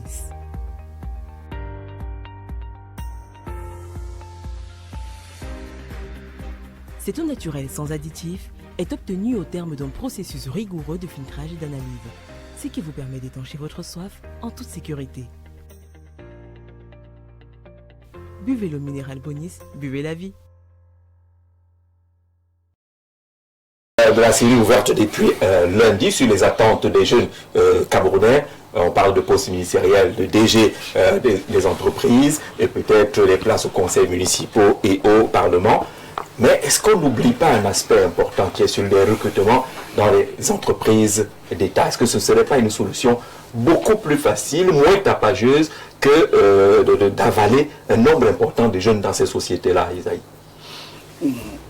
C'est vrai que les entreprises d'État peuvent être une solution pour recruter, mais il faut aussi qu'elles soient productives, parce que c'est un peu ça le problème. On a parfois des entreprises qui recrutent un personnel énorme, mais pour des résultats qu'on peut questionner, parce que vous voulez pas de Campbell, par exemple, on a décrié on a vu comment la directrice était elle-même abasourdie lorsqu'on lui a posé, on lui a dit mais pourquoi MTN à 750 personnes, vous êtes à 3000. Vous êtes à 3000 et nous tous on voit le résultat, parce que vous arrivez dans une ville comme peut-être Mbalmayo, vous n'allez pas trouver Campbell. Pourtant ceux qui ont 700 personnes arrivent quand même en Guelmedouka, arrivent dans les villes éloignées, mais ce n'est pas le cas avec Campbell. Bon, il va falloir, si les sociétés publiques sont productives, elles peuvent véritablement élargir le panel de recrutement pour offrir aussi des emplois de ce côté-là, parce qu'il ne faut pas toujours qu'il y ait de l'argent qui sorte de l'État pour venir toujours renforcer ces entreprises, mais il faut plutôt que ces entreprises produisent de l'argent pour renforcer l'État dans de multiples projets. Et c'est la difficulté qu'on a. Peut-être parce qu'ils ont été créés grandement pour le social. Hein. Oui, on ne leur a pas toujours demandé des résultats. Effectivement, ces entreprises ont été créées pour le social, mais aujourd'hui le Cameroun avance, parce qu'on va dire qu'on est sorti de ce Cameroun où il fallait juste mettre des fonctionnaires pour en fait assurer l'administration quand les colons devaient partir. On est aujourd'hui dans un Cameroun qui doit se développer. Et il faut changer le management, et c'est ça le problème, parce qu'on a beaucoup de directeurs généraux de ces entreprises qui sont encore ceux qui étaient là à l'époque où on avait fini la colonisation et qui sont aujourd'hui, qui sont toujours dans ce même type de management. Il faut changer le nouveau management, et espérons que le discours du président de la République qui a dit qu'il va changer ces directeurs généraux va venir booster les choses dans ce sens-là, où on va mettre ceux qui comprennent les enjeux aujourd'hui, parce que peut-être ceux d'avant étaient façonnés dans ce sillage-là pour faire du social, mais aujourd'hui on ne doit plus faire du social. Aujourd'hui on doit produire, parce qu'il y a beaucoup de chômeurs, il y a beaucoup de chômeurs intelligents, beaucoup de chômeurs intellectuels, des chômeurs qualifiés. Qui sont là, qui peuvent faire la chose, qui peuvent travailler, qui peuvent apporter beaucoup de choses et faire prospérer ces entreprises. Parce qu'il faut vous dire, Jean-Jacques, parfois les jeunes qui arrivent dans ces entreprises se plaignent. Quand ils veulent apporter des nouvelles choses, on vous dit, mais vous, ce petit-là, vous croyez que vous allez nous, on fonctionne ici comme ça, nous, on a toujours l'habitude de faire les choses ici comme ça. Vos idées que vous avez apprises à l'école, là, restez avec là-bas, faites ce qu'on vous demande de faire ici. Et c'est ça, parce qu'ils ne sont pas habitués, ils ne sont pas paramétrés pour, en fait, créer de la plus-value dans ces entreprises, ils sont paramétrés juste pour gérer le petit personnel et l'argent que l'État verse régulièrement. Moïse Bock, sur cette question, est-ce que ça ne pourrait pas être une poche importante pour réduire le nombre de chômage si les recrutements dans ces entreprises d'État étaient ouverts? Parce qu'on n'en parle pas beaucoup. Les jeunes vous demandent comment on fait pour entrer à la SNH, à la STDP. Comment est-ce qu'on fait? À quel moment recrute-t-on là-bas? Écoutez, en l'État, ça ne sert à rien d'ouvrir, de continuer de recruter s'il n'y a pas une nouvelle dynamique qui est mise sur pied. Parce que je pense quand même que l'État, déjà, dans sa globalité, doit se doter d'une vision de conquérant. Mais de conquérant de l'Afrique et du monde, parce qu'on va dans la mondialisation. Et dans cette dynamique-là, les entreprises parapubliques et même certaines du secteur privé participent donc à ce travail de conquête, à cette dynamique de conquête. Conquête du marché par la production, conquête du marché par les biens et les services.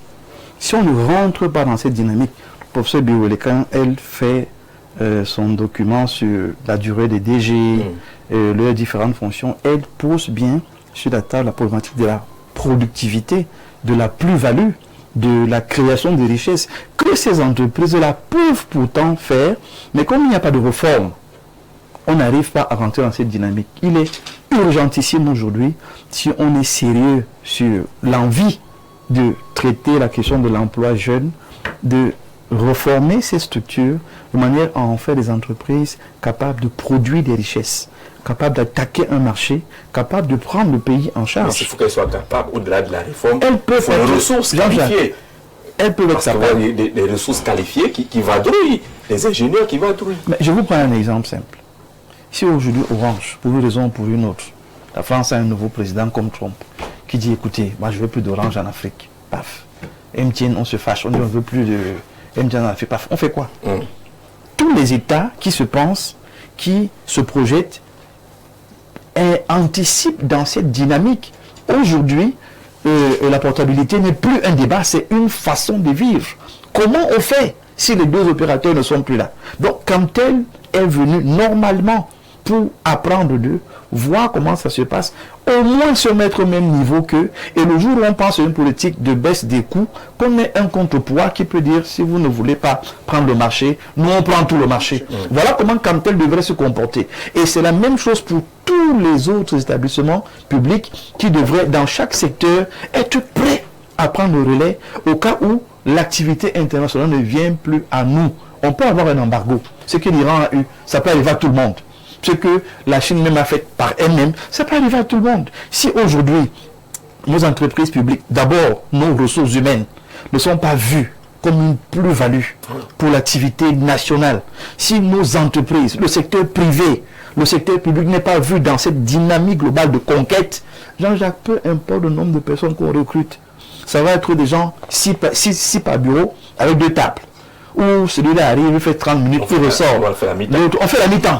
Et puis on ne vous cherche pas particulièrement, oui, parce que l'entreprise n'a pas une activité proactive, dynamique, elle ne se développe pas, elle ne s'étend pas.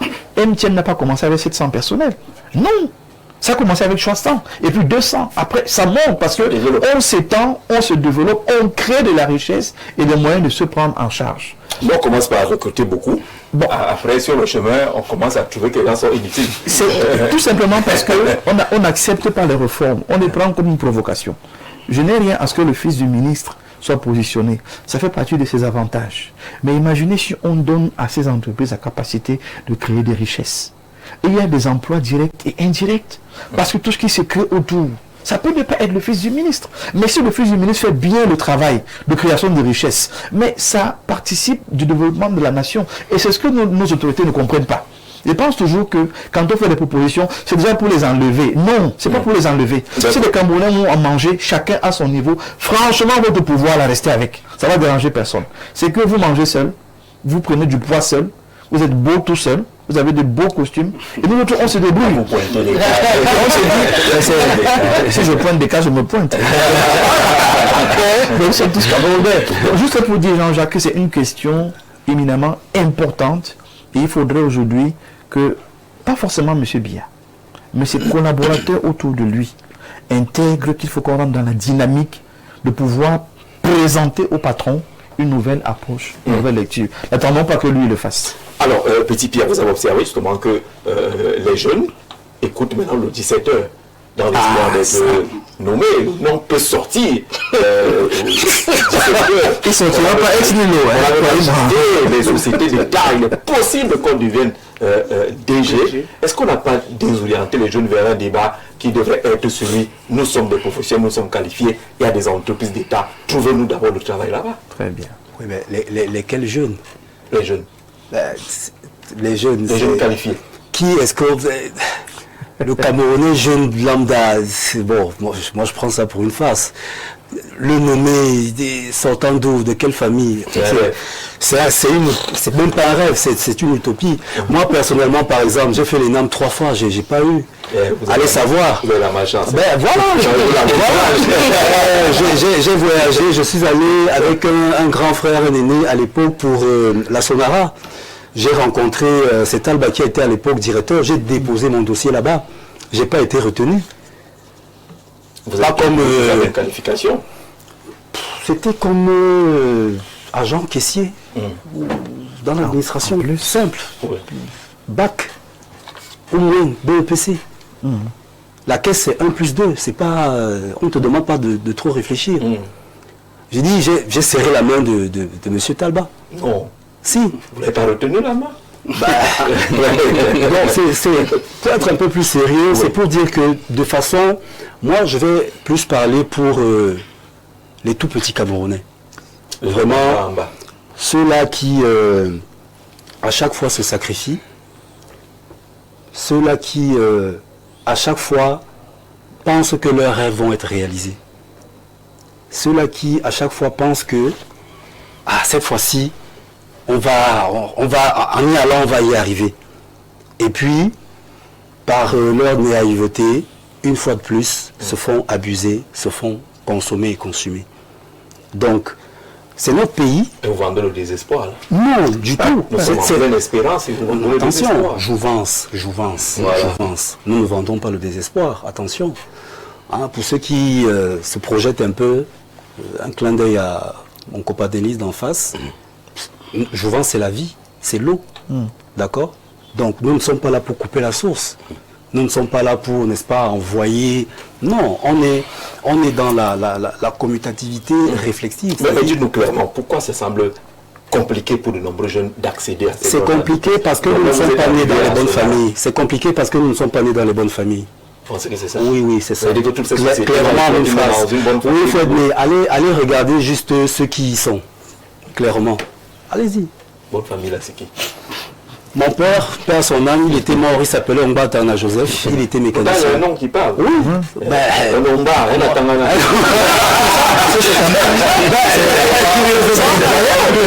c'est incroyable. Petit clin d'œil aussi au camp d'en face pour leur dire que pas du R, le M autre. Pour leur dire que c'est pas tous les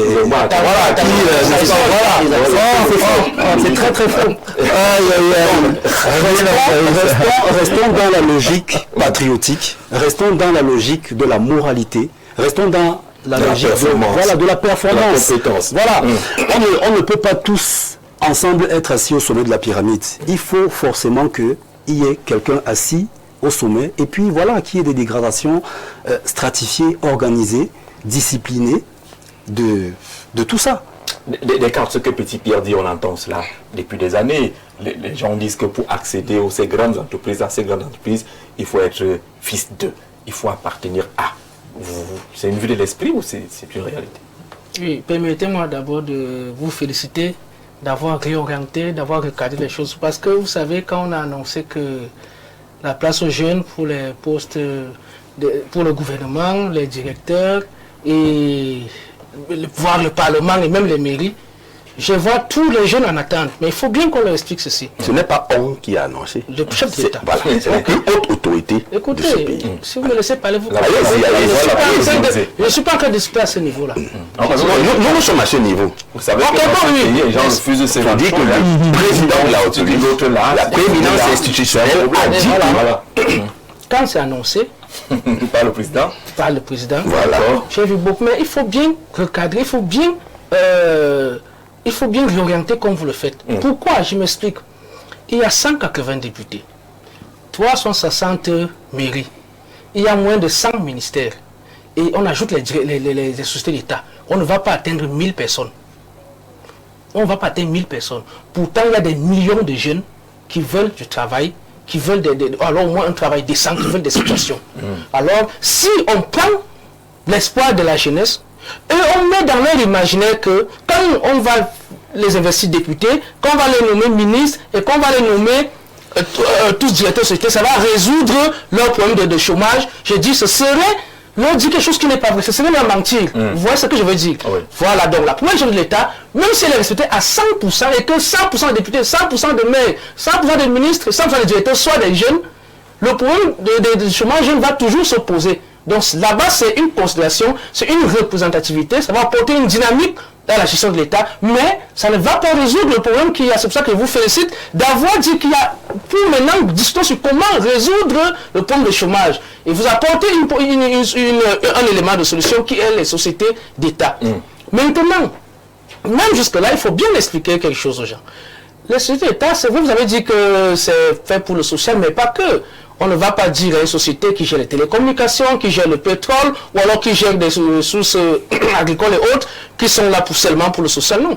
C'est les institutions qui sont faites pour le, comme on peut dire, pour le social. Les institutions ne sont pas faites pour les intérêts. On ne va pas demander à un ministère, vous avez gagné combien cette année, ou bien non. Mais par contre, à une société parapublique, on doit demander des comptes. Ils doivent faire des bénéfices. Alors, pour ça, ils ne vont pas recruter. Ils ne vont pas recruter parce qu'il faut résoudre simplement les problèmes de chômage. Il faut bien comprendre. Il faut, avant de prendre de nouveaux employés, il faut voir, on prend une quantité qu'on peut payer en fonction de ce qu'on dispose. Il y a deux éléments. Il y a les besoins d'abord. Il y a les besoins. Vous pouvez être ingénieur, mais actuellement c'est les comptables qu'il faut là-bas. On ne va pas venir vous prendre parce que vous êtes ingénieur.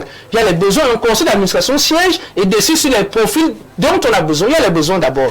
Maintenant, il y a, quand on prend les gens, il faut leur donner un salaire, il faut leur donner un cadre décent de travail. Tout ça se passe quand? C'est ça la question des jeunes. Ça se passe maintenant. On annonce des recrutements. Il y a des annonces, il y a des annonces. On fait des appels. Il y a des annonces, sauf qu'il faut dire la vérité. Il y a des annonces, mais il faut dire la vérité. Avec le nombre de chômeurs qu'il y a, à chaque fois qu'une société comme cette que vous avez cité là va lancer une annonce qu'on veut 30 personnes dans tel domaine, croyez-moi, résultat des courses, il y aura toujours plus de mécontents que de contents. Parce que vous voyez, quand on dit on veut 30 personnes dans une société d'État, mais on se retrouve avec 2000 demandes.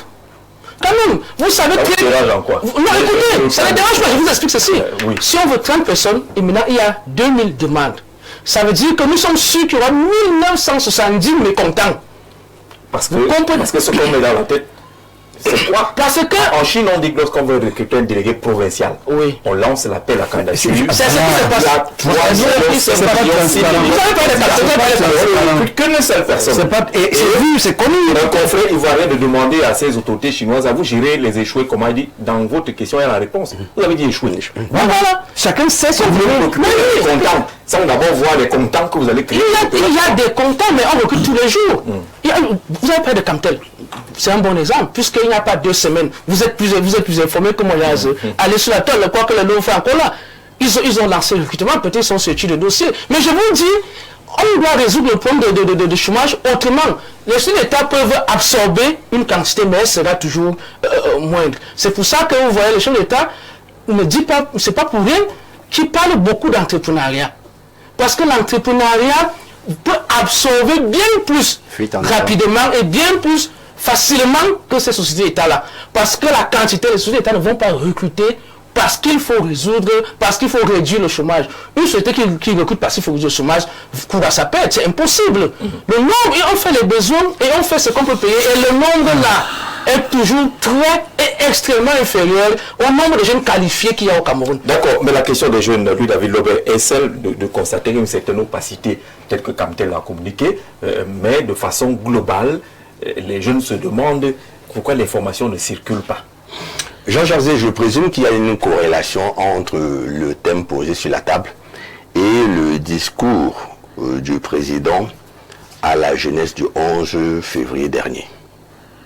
Si tel est le cas, je profiterai de l'occasion pour renouveler ici notre gratitude à Monsieur le Président de la République, dont les décisions et les initiatives ont toujours participé à l'expansion, à l'épanouissement et à la joie C'est la suite là que des jeunes. Alors il a dit qu'il mettra les jeunes au cœur de sa mandature. Nous lui disons infiniment merci. Toutefois, nous voulons ici non pas adopter la posture de commandeur de poste ou de fonction, mais celle de vigie patriotique, chargée de susurrer au creux de l'oreille du président qu'il y a des urgences sur lesquelles il aurait dû se pencher. Nous ne voulons pas, comme le dit Descartes, tous accéder à des postes de nomination. Partant du fait que dans notre petite éducation, nous sommes convaincus que l'ascension sociale est tributaire d'une progression millimétrée, adossée sur un certain nombre de valeurs. La rigueur, la discipline, le travail, l'abnégation. Ce que nous demandons au président de la République, c'est de dépoussiérer les entreprises publiques et parapubliques. Et il dit dépoussiérer. J'allais même dire débroussailler. C'est pas très fort ça. Non, ce n'est pas fort. Ils sont abandonnés. Ce n'est pas fort. Je préfère débroussailler. Bon, moi aussi. La poussière est plus facile ou Débroussailler, là, c'est la réalité. Débroussailler. On va expliquer après. À cet effet, Après le débroussaillement, il faut dessoucher, oui. Jean-Jacques Zé, le président a à sa disposition un arsenal juridique et légal sur lequel il peut s'appuyer.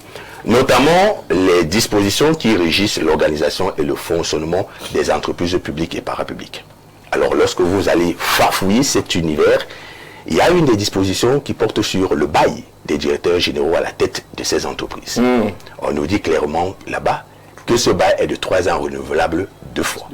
Donc 9 ans. Pour faire plus et cette loi est entrée en vigueur en 2017. On peut donc trouver des circonstances atténuantes. Elle n'est pas retrouvée. Ça ne compte pas pour toutefois, de 2017 à 2026, c'est 9 ans. 2017-2026, il faut voir le mois. C'est 9 ans. Ça veut dire qu'en fait, le président doit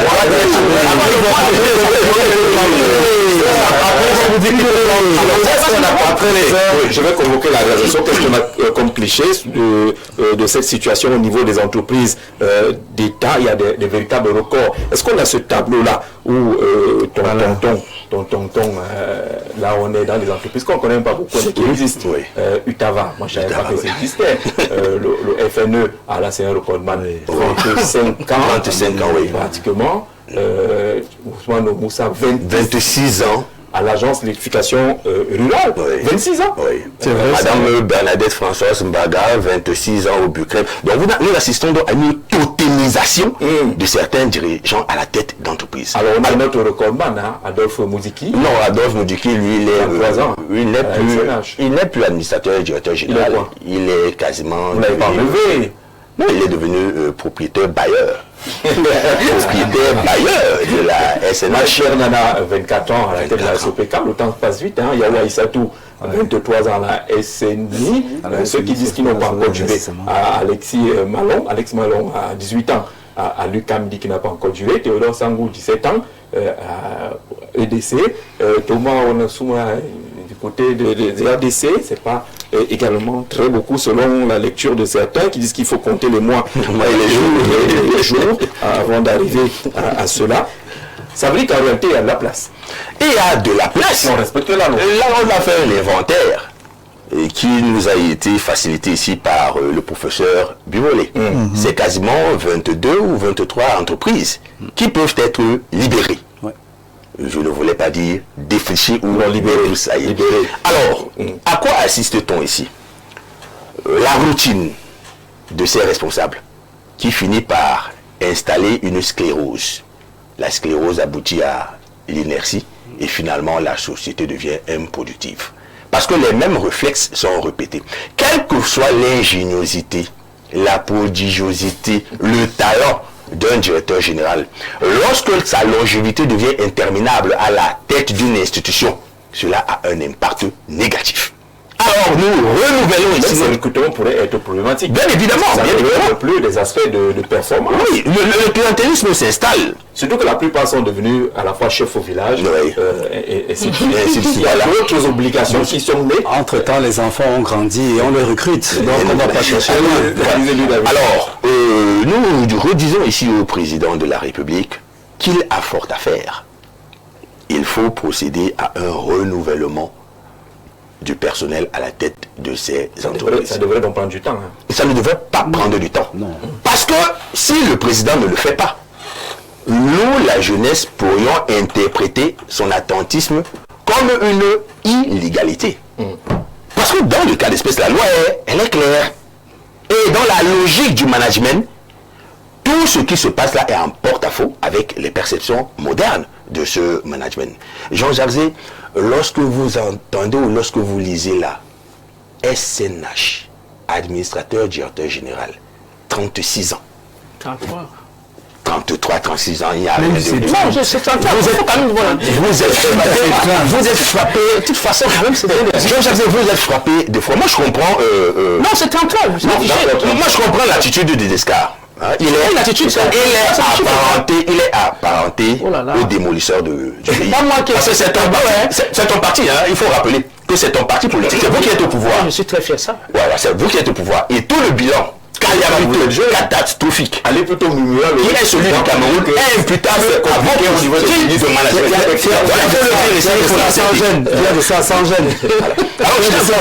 Nous sommes tétanisés, frappés de foi et même apeurés. Lorsqu'on peut s'imaginer qu'un homme normalement constitué peut gérer une structure aussi complexe qui requiert une énergie intense, dense, sur une durée de 33 ans. Il n'y a que d'autres paramètres subjectifs, ésotériques, qui pourraient être pris ici en compte. Parce que lorsqu'on veut poser sur la table la rationalité, rien ne nous conduit à justifier ce qui est en train de se passer là. Toujours au sein de cette société-là, cette SNH-là, nous suivons au quotidien l'actualité, Jean-Jacques Zé.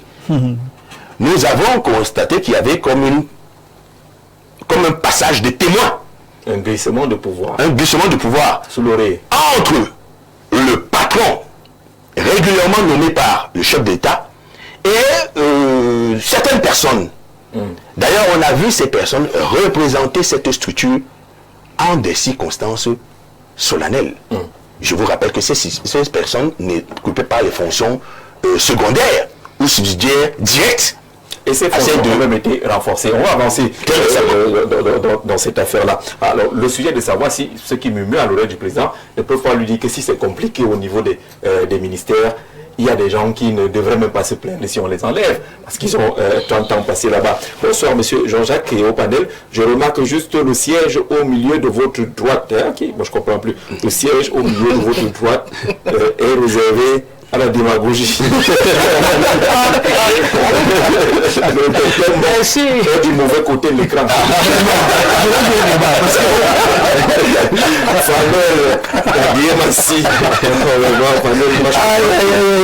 On va commencer à voter. Que les gens prennent place à l'émission. Voilà, on est arrivé à ce cas-là. J'ai eu des messages. Bonsoir Jean-Jacques. Le Cameroun a besoin de se réinventer. Regardez la jeunesse du Burkina Faso aujourd'hui qui commence à vivre ses rêves grâce à la vision nouvelle de IB. Ne comptez plus sur ces DG qui sont des petits rois dans les sociétés d'État. Ils recrutent de bouche à oreille et parfois même c'est des réseaux qui parlent de bonne émission. C'est Guy Zogo depuis Batouri. Merci Guy Zogo du côté de la KDI à Batouri. Bonsoir à tous. Moi je veux un boulot, n'importe de quel niveau, CEP, BPC, probatoire ou bac. Comment puis-je faire, s'il vous plaît? Attends les 17 heures. Non, lui veut un boulot.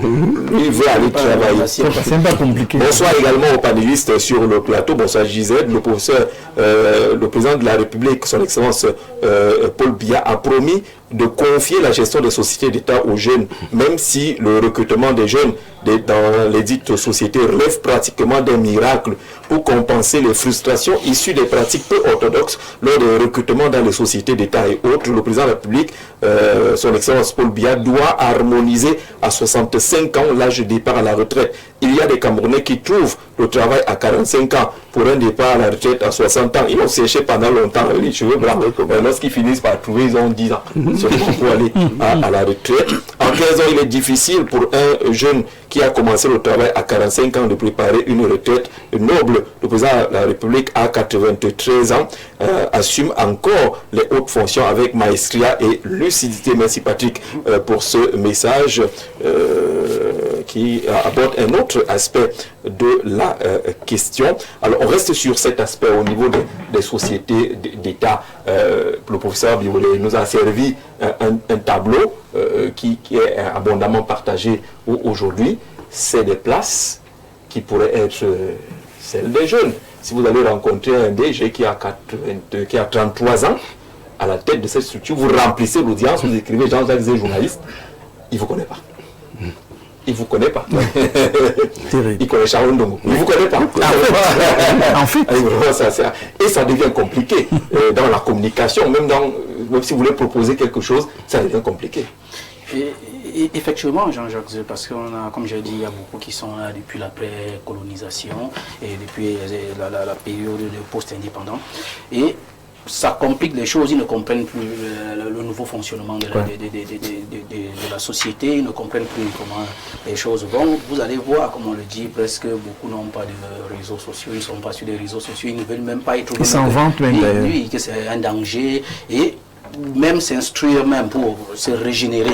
Oui, pour se régénérer, ce n'est pas le problème. Et on a aujourd'hui des sociétés même qui fonctionnent, je peux dire quoi, qui a des personnes qui assurent la régence aujourd'hui. C'est-à-dire la régence, oui. C'est-à-dire celui qui doit être là n'est pas là et on met une personne qui fait le travail à sa place. Pendant que lui, les chefs cadres qui sont devenus très puissants dans cette organisation. C'est-à-dire que quelqu'un gagne un salaire, il a les avantages, mais il ne travaille pas. Et c'est ça, c'est dommageable. Ça veut dire que parfois même on peut se retrouver avec des sociétés qui sont paralysées. Paralysées parce que parfois le patron qui doit poser la signature est peut-être malade, il est l'évacuation sanitaire en Europe et en Occident. Et c'est la société un peu presque paralysée parce qu'il y a peut-être des décisions qui relèvent peut-être de sa seule compétence. Bon, il va falloir voir cela. Et on va aussi dire, le Cameroun a fermé beaucoup de sociétés d'État, qu'on le dise aujourd'hui, qu'il y a peut-être ces sociétés pouvaient être des poches d'emploi. Si on avait, et on a fermé ces sociétés d'État. Certaines fermetures ne s'expliquent pas jusqu'à présent. L'ONCPD, par exemple. Et effectivement, il y a beaucoup de sociétés qui ont été fermées, que le président de la République a trouvé, qui ont fermé. Or que ça employait beaucoup de Camerounais d'abord à cette époque-là. Et il fallait juste peut-être mettre de la compétence pour qu'elle soit compétitive aujourd'hui. Parce que, qu'on le dise aujourd'hui, il faut une sorte de privatisation des sociétés d'État. Quand je parle de privatisation, c'est-à-dire que les sociétés d'État fonctionnent comme les sociétés privées. D'accord. C'est ça en fait. C'est ça en fait. Ça c'est dans le sens technique. Dans le sens politique, privatisation, assemblée indiquée autre chose. Non, je ne veux pas dire privatisation qu'on donne à... Non, moi je dis privatisation, c'est-à-dire qu'elles fonctionnent comme des sociétés privées où il y a la compétence et la production. On doit produire. On doit demander, venir chaque instant, vérifier.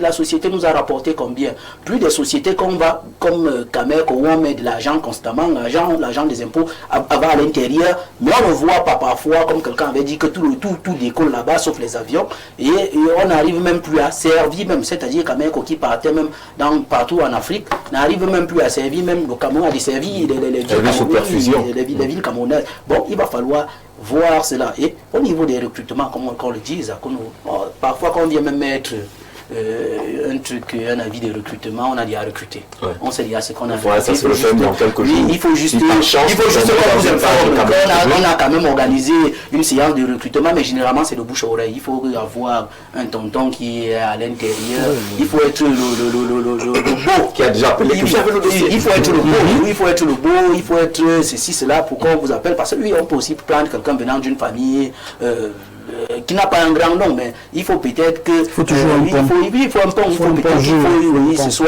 Ou le bon petit à soi. Oui, le bon petit à soi. Bon, ce sont des choses comme ça. Il faut avoir ce pont, il faut avoir ces réseaux-là pour être recruté. Ce n'est pas des affaires qu'on se lève le matin, on dépose un dossier et puis on vous appelle que vous avez été recruté. Non, c'est faux. Nous on a parcouru ces entreprises-là, aller déposer des dossiers. Parfois, lorsque vous déposez même un dossier, on est en train de rire. Qui vous a dit parce que c'est la question qu'on pose. Qui vous a dit qu'il y a un recrutement ici? Tu commences à marcher là où je dis... Si tu ne réponds pas véritablement, tu ne donnes pas un nom de la structure, effectivement, lorsque vous sortez, la poubelle d'à côté, on balance votre dossier là et puis oubliez. Qui vous a dit qu'on recrutait? Qui vous a même dit? Qui vous a même dit? Ce sont les questions qu'on pose. Ils ne vous disent pas qu'il n'y a pas de recrutement. Mais vous demandez qui vous a dit?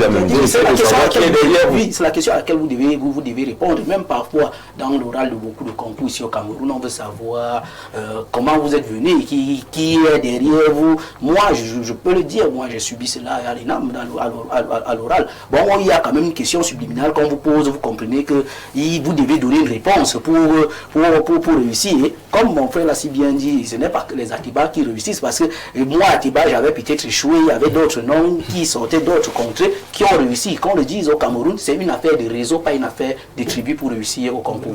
C'est pour cela qu'on voit certains avoir des cartes de visite format A5.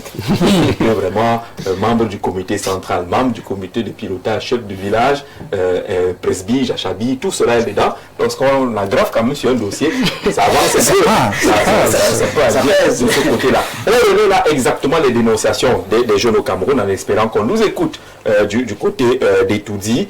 Les jeunes sont nombreux qualifiés, des ingénieurs et autres, mais accéder à ces entreprises et sociétés d'État est un concours, je veux dire, un véritable serpent de mer. C'est un labyrinthe, on y entre, on ne sait pas à quel moment on va sortir, et le résultat n'est généralement pas là. Est-ce qu'on peut améliorer de ce côté-là, au niveau des entreprises? Quelles pourraient être les actions à mener pour que les jeunes puissent se présenter devant les entreprises et espérer être recrutés? Alors, moi je veux d'abord dire que nous sommes face à un dilemme. Le premier, c'est soit on reste dans une forme de colonisation des mentalités et de la gouvernance qui fait qu'on est sorti de la colonisation, l'État, la nation est sortie de la colonisation, mais les hommes sont restés décolonisés par leur façon d'être et de faire. On ne se réinvente pas parce qu'on a besoin de l'aval du patron. On ne s'organise pas par soi-même parce qu'il faut d'abord que le patron valide. En fait, on ne peut rien faire par nous-mêmes parce que si on n'a pas l'aval extérieur, donc les colonisés ne peuvent pas s'autodéterminer. Soit on reste de puissants colonisés, soit on est des colonisés expatriés ou alors des intelligences exportées. Et c'est à ça que nous sommes en train de nous rendre aujourd'hui avec force. Les fonctionnaires là, certains sont déjà au Canada. Oui. Ils ont encore leur matricule ici. Nos universitaires, nos ingénieurs, nos chercheurs sont en train d'aller allègrement au Canada et ailleurs. Parce que les colonisés n'ont pas la capacité, même la volonté de faire la place aux autres. Et notre dilemme, il est donc là. Est-ce qu'on va rester des idiots, on ne change pas? Ou alors on reste, on s'entête dans cette attitude et nos intelligences partent, adviennent que pourra. Quelqu'un qui disait dans un message tout à l'heure qu'il préfère être un fou mais ailleurs. Ce qui fait donc qu'aujourd'hui, si ceux qui nous gouvernent n'intègrent pas que nous sommes tous Camerounais, que ce n'est pas parce qu'on appartient par leur parti politique qu'on leur en veut. S'ils n'intègrent pas que le pays doit se développer dans tout ce que ça comporte, donc nos richesses doivent nous profiter à nous d'abord. Et que eux, ils sont là parce que Dieu a voulu qu'ils soient là. Pour créer un cadre de facilitation à ce qui viendront après. Pour que l'inégalité s'arrête. De manière à ce qu'on n'ait plus peur de ne pas d'être né au village. On n'a pas voulu être au village. C'est arrivé pour une raison ou pour une autre. Mais parce qu'on est Camerounais et qu'on a des leaders responsables, ils sont là pour réfléchir pour tous les autres. Si cette nouvelle dynamique n'est pas intégrée, j'ai même peur que si demain on prend les 25 ans pour en faire les nouveaux DG, ils vont être des colonisés qui sont au pouvoir avec une attitude de colon qui choisit, qui entre en entreprise, peu importe ses capacités, peu importe ses compétences, tant que c'est mon ami, c'est ma relation, c'est ma connexion, je fais ce que je veux. Il n'y a pas d'îlot dans un État. DG de Maïtur, DG de SIC, DG de Camtel, DG de SNH, c'est pas un îlot. C'est un acteur ou alors un maillon d'une chaîne nationale pour le développement de tout le Cameroun et pour le bien-être de tous les Camerounais. Donc chaque Camerounais compétent, capable, a sa place dans l'activité qui m'est donnée parce qu'il y a quelqu'un qui a été élu, qui a fait des promesses et à mon niveau, je dois travailler pour atteindre cet objectif. Il faut qu'on redevienne les Camerounais. Parce que beaucoup sont des Suisses, sont des Français, sont des Allemands, ils ne sont pas Camerounais. Donc même leur façon de voir les autres, ils sont un peu chez nous comme s'ils sont de passage. Donc que vous souffrez là, c'est pas trop leur problème. C'est pour ça que il faut que notre Allemand les appelle, que notre Suisse les appelle, que notre Français les appelle. C'est entre eux. Ils se rencontrent dans les avions, dans les salons feutrés, dans les grands milieux. Donc c'est comme ça que ça marche. Si ça là, et ce n'est pas la faute du chef de l'État, c'est une culture qu'on a développée naturellement dans tout le Cameroun. Concours de police, on sait où ça se passe. C'est dans les restaurants. Dans certains bars où les commissaires divisionnaires se retrouvent pour trancher. Pareil pour la gendarmerie. Pareil pour les NAM, mon frère. L'oral, c'est pour demander que tu es même qui vrai. L'oral, ce n'est pas pour te poser des questions. Non, c'est pour voir ta tête, voir ton nom, se rassurer. Et puis, Jean-Jacques parlait du CV. En fait, des cartes de visite. C'est-à-dire qu'on veut voir la carte de visite qui te recommande. Est-ce que lui et moi, on boit du Pétrus ensemble? Est-ce que lui et moi, on était en vacances le mois dernier à Paris ensemble? Est-ce qu'on est allé... Je sais pas. Donc, voilà une mentalité qui est plus grave qu'une gouvernance bancale. Je veux ce qu'il a dit dernièrement que depuis qu'il est au gouvernement, au moins l'une des choses qu'il a gagné, c'est qu'il peut passer un coup de fil. Il a dit que ses enfants sont déjà les NAM pas depuis qu'il est ministre. Exactement. Et c'est pas faux. Ouais. C'est pas faux. Les listes sont là. Donc je vous coupe pas votre argumentaire recevable et pertinent. Non, et pertinent. Mais toutefois, il y a un propos qu'il a glissé là. Ce dédouanement permanent de celui qui a été élu de la nation entière, qui a vocation à définir la politique générale de la nation. Nous sommes les fantassins de la République.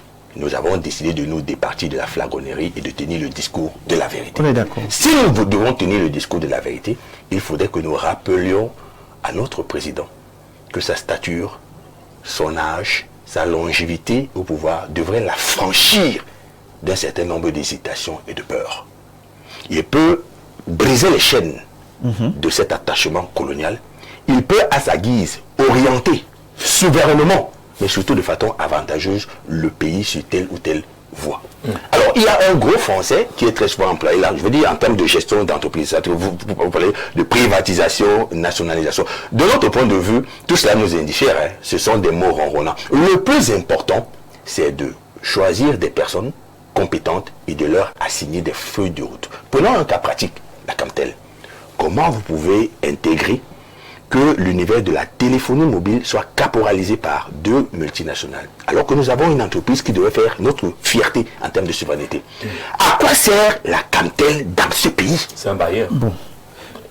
Pour aller bien dans cette même logique, je voulais d'abord planter le décor pour que vous compreniez qui sont les hommes, qui sont à ces fonctions. Très peu sont patriotes, très peu sont camerounais, très peu sont intéressés par notre souveraineté. Très peu. Ce qui fait donc que le logiciel de mettre sur pied une entreprise qui crée des richesses et qui va créer des emplois est absent. Pourtant, c'est ce que nous nous demandons. On n'a pas un problème à ce que tous les fils de DG, fils de ministres, fils de machin soient au... Non, il y a l'article de centaines, tout ça. Les avantages. Ça, c'est pas le problème. Le problème, il est ailleurs. C'est que quand je prends Camtel, qu'est-ce que je fais pour la souveraineté d'abord nationale, mais pour l'influence sous-régionale? Je dis toujours que la CEMAC, c'est un marché. C'est pas une fantaisie. C'est un marché dans tout le sens du terme. On parle de l'entrepreneuriat. Regardez ce qui se passe. Je pense seulement le cas de la France qu'on aime imiter. Tout est subventionné chez eux. Pourquoi? Parce que c'est une dynamique de conquête, mais de création d'emplois en interne. Quand l'agriculteur se plaint qu'on a subventionné plus l'Ukraine que lui, c'est parce que on est dans un état où chacun est à sa place et veut que l'autre réussisse, même s'il est au village. D'accord, on a fini pratiquement, on va prendre une minute de parole chacun. Charles Ateba-Yémé parlait du Cameroun comme un pays des liens, des réseaux. Est-ce que ce n'est pas une réalité jusqu'aujourd'hui? Non, moi je pense que il faut être réaliste. Hein. Les recommandations vont toujours exister. Il ne faut pas se mentir. Hein. Ça va toujours exister. Ça peut être pour des raisons pernicieuses, tel qu'on le dit. Ça peut aussi être pour des raisons de caution de moralité. Oui, ça peut arriver. Ça existe que quand on veut recruter quelqu'un, même dans une école, soit dans une société ou dans une entreprise, on demande une caution morale. Dans tous les pays du monde, ça existe. C'est-à-dire, qui peut répondre que telle personne a déjà travaillé avec moi, je suis directeur de vision d'Info TV, il y a des journalistes qui a travaillé avec moi et je le recommande. Ou alors je suis quelqu'un qui a travaillé avec vous, c'est moi qui ai élevé cet enfant, ou alors je l'ai tenu comme étudiant. Je donne une caution morale qu'au-delà de ses compétences techniques, il y a plusieurs ingénieurs, mais celui-ci a déjà travaillé avec telle institution, alors avec telle personne respectable et on est recommandé. Ça, c'est ceux qui sortiront. Ça, je dis dans ceci. Ça, c'est universel et ça se fait. Par contre, c'est pas bon parce qu'il y a des gens qui ne le font pas pour ces raisons-là, pour des raisons qui sont autres, les raisons familiales et amicales, qui sortent maintenant du rationnel. Là, c'est pas bon. Vous voyez, là, il faut reconnaître. Je veux dire, le principe de recommandation à lui-même n'est pas camerounais et il est normal dans le milieu professionnel. Sauf qu'on nous refusons le mauvais usage. Quand il vous appelle, est-ce que vous pouvez signer une recommandation? Il va nous recommander. C'est ça que je dis maintenant. Ce qui est mauvais, c'est... passe à la télé, est-ce que tu peux me faire une lettre de recommandation? C'est l'usage abusif de cette recommandation-là qui n'est pas bon. Pour résoudre ça, parce qu'il y a toutes des recommandations, moi je pense que, comme tout le monde a déjà dit ici, il faut que ces sociétés-là d'État, qu'on leur exige des résultats, des bénéfices et des expansions. C'est-à-dire, si vous prenez une société qui a une telle dimension, il faut qu'à tel nombre d'années, elle ait telle autre dimension, en termes de ce qu'elle rapporte à l'État et en termes de son expansion, ses implantations, de sa couverture territoriale. C'est cette ouverture-là qui va faire qu'il y ait plus d'emplois. Vous savez, c'est quand on veut 10 personnes que ces gens se limitent à prendre leur famille. Par contre, si la société fait des bénéfices, elle peut payer 1000 personnes. Si cette société est répandue dans tous les pays et a besoin maintenant de 2000 personnes, vous verrez que 900 personnes de leur famille seront là, il n'y a pas de problème, et il y aura 1900 pour d'autres. Ce qu'il faut pour moi, pour résoudre ce problème, même si les gens restent mal intentionnés, ils ne pourront pas parce qu'il y aura une forte demande d'emploi et de services. Il faut épandre, voilà, il faut qu'on exige des résultats financiers et d'expansion à ces sociétés d'État. C'est là où c'est le problème du chômage. Petit Pierre, on ne peut donc pas se débarrasser des recommandations et des liens, mais il faut voir au niveau des pourcentages, c'est qu'on le comprend. On ne peut pas se débarrasser des recommandations. C'est ce que vous avez compris. Voilà, le pourcentage, non. Il ne l'a pas dit. Maintenant, les pourcentages... Il a dit que s'il y a 1500 places.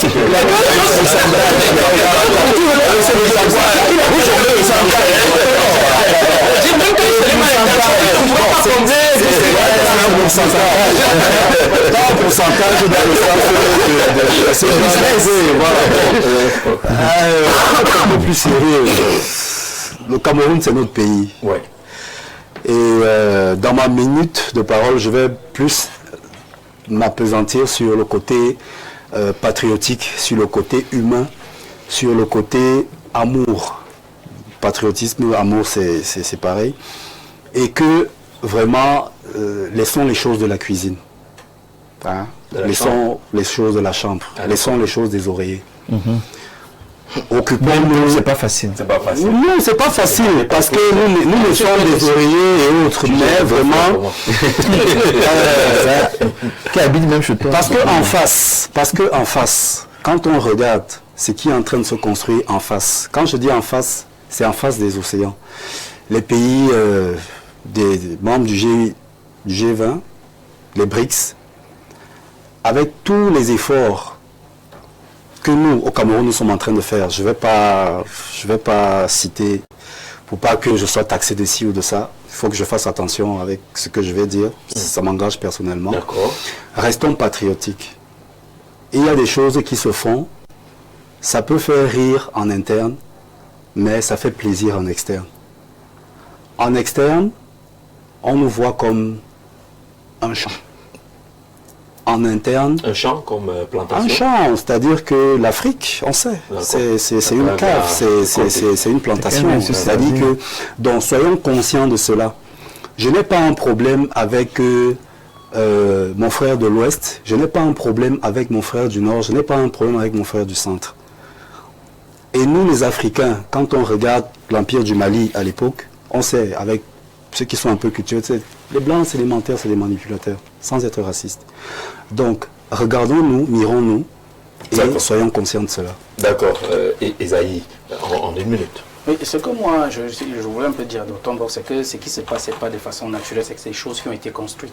Peut-être ça a été travesti lorsqu'on avançait, parce que la notion d'élite même, élite, c'était quand on a conçu la notion d'élite chez nous, les Chinois en Afrique, c'était pour pouvoir tirer les siens à la chose. Lorsqu'on vous donnait quelque chose, il fallait tirer les autres. Mais ce n'était pas seulement que ça devait se limiter à votre famille, mais quand même à l'ensemble de la communauté qui venait. Mais c'est avec le temps que ceux qui sont devenus des élites ont limité cela à leur famille. Parce que vous allez voir généralement lorsque on arrive au village, vous allez voir qu'il y a toujours une bonne famille, la famille qui veut tout prendre.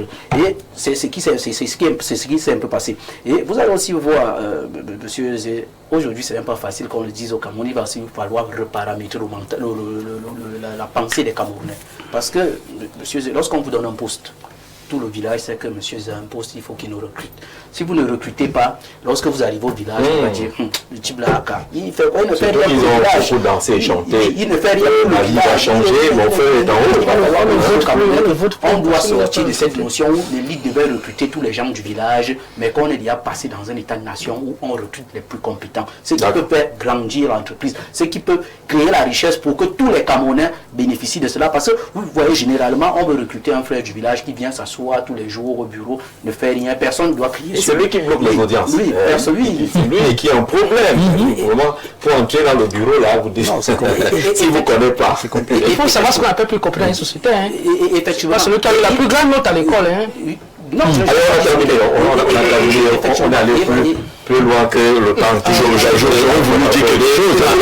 Tout à l'heure, dans la parenthèse que vous avez dit. Malheureusement.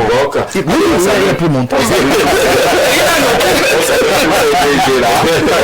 Dans les bureaux, il n'y a pas que les vestes qui sont accrochées, il y a les masques, les canapés, les lits, les canapés, les liqueurs, les épées de la chefferie, les balayeurs, accroche-moi les pantalons. Le bureau. Il a fait 20 ans, 25 ans, il a la différence entre la maison et le bureau. C'est un peu compliqué. Merci d'avoir regardé ce programme. On se retrouve demain pour une autre édition de Le Grand Soir. Très bonne soirée à tous. Non, un 17.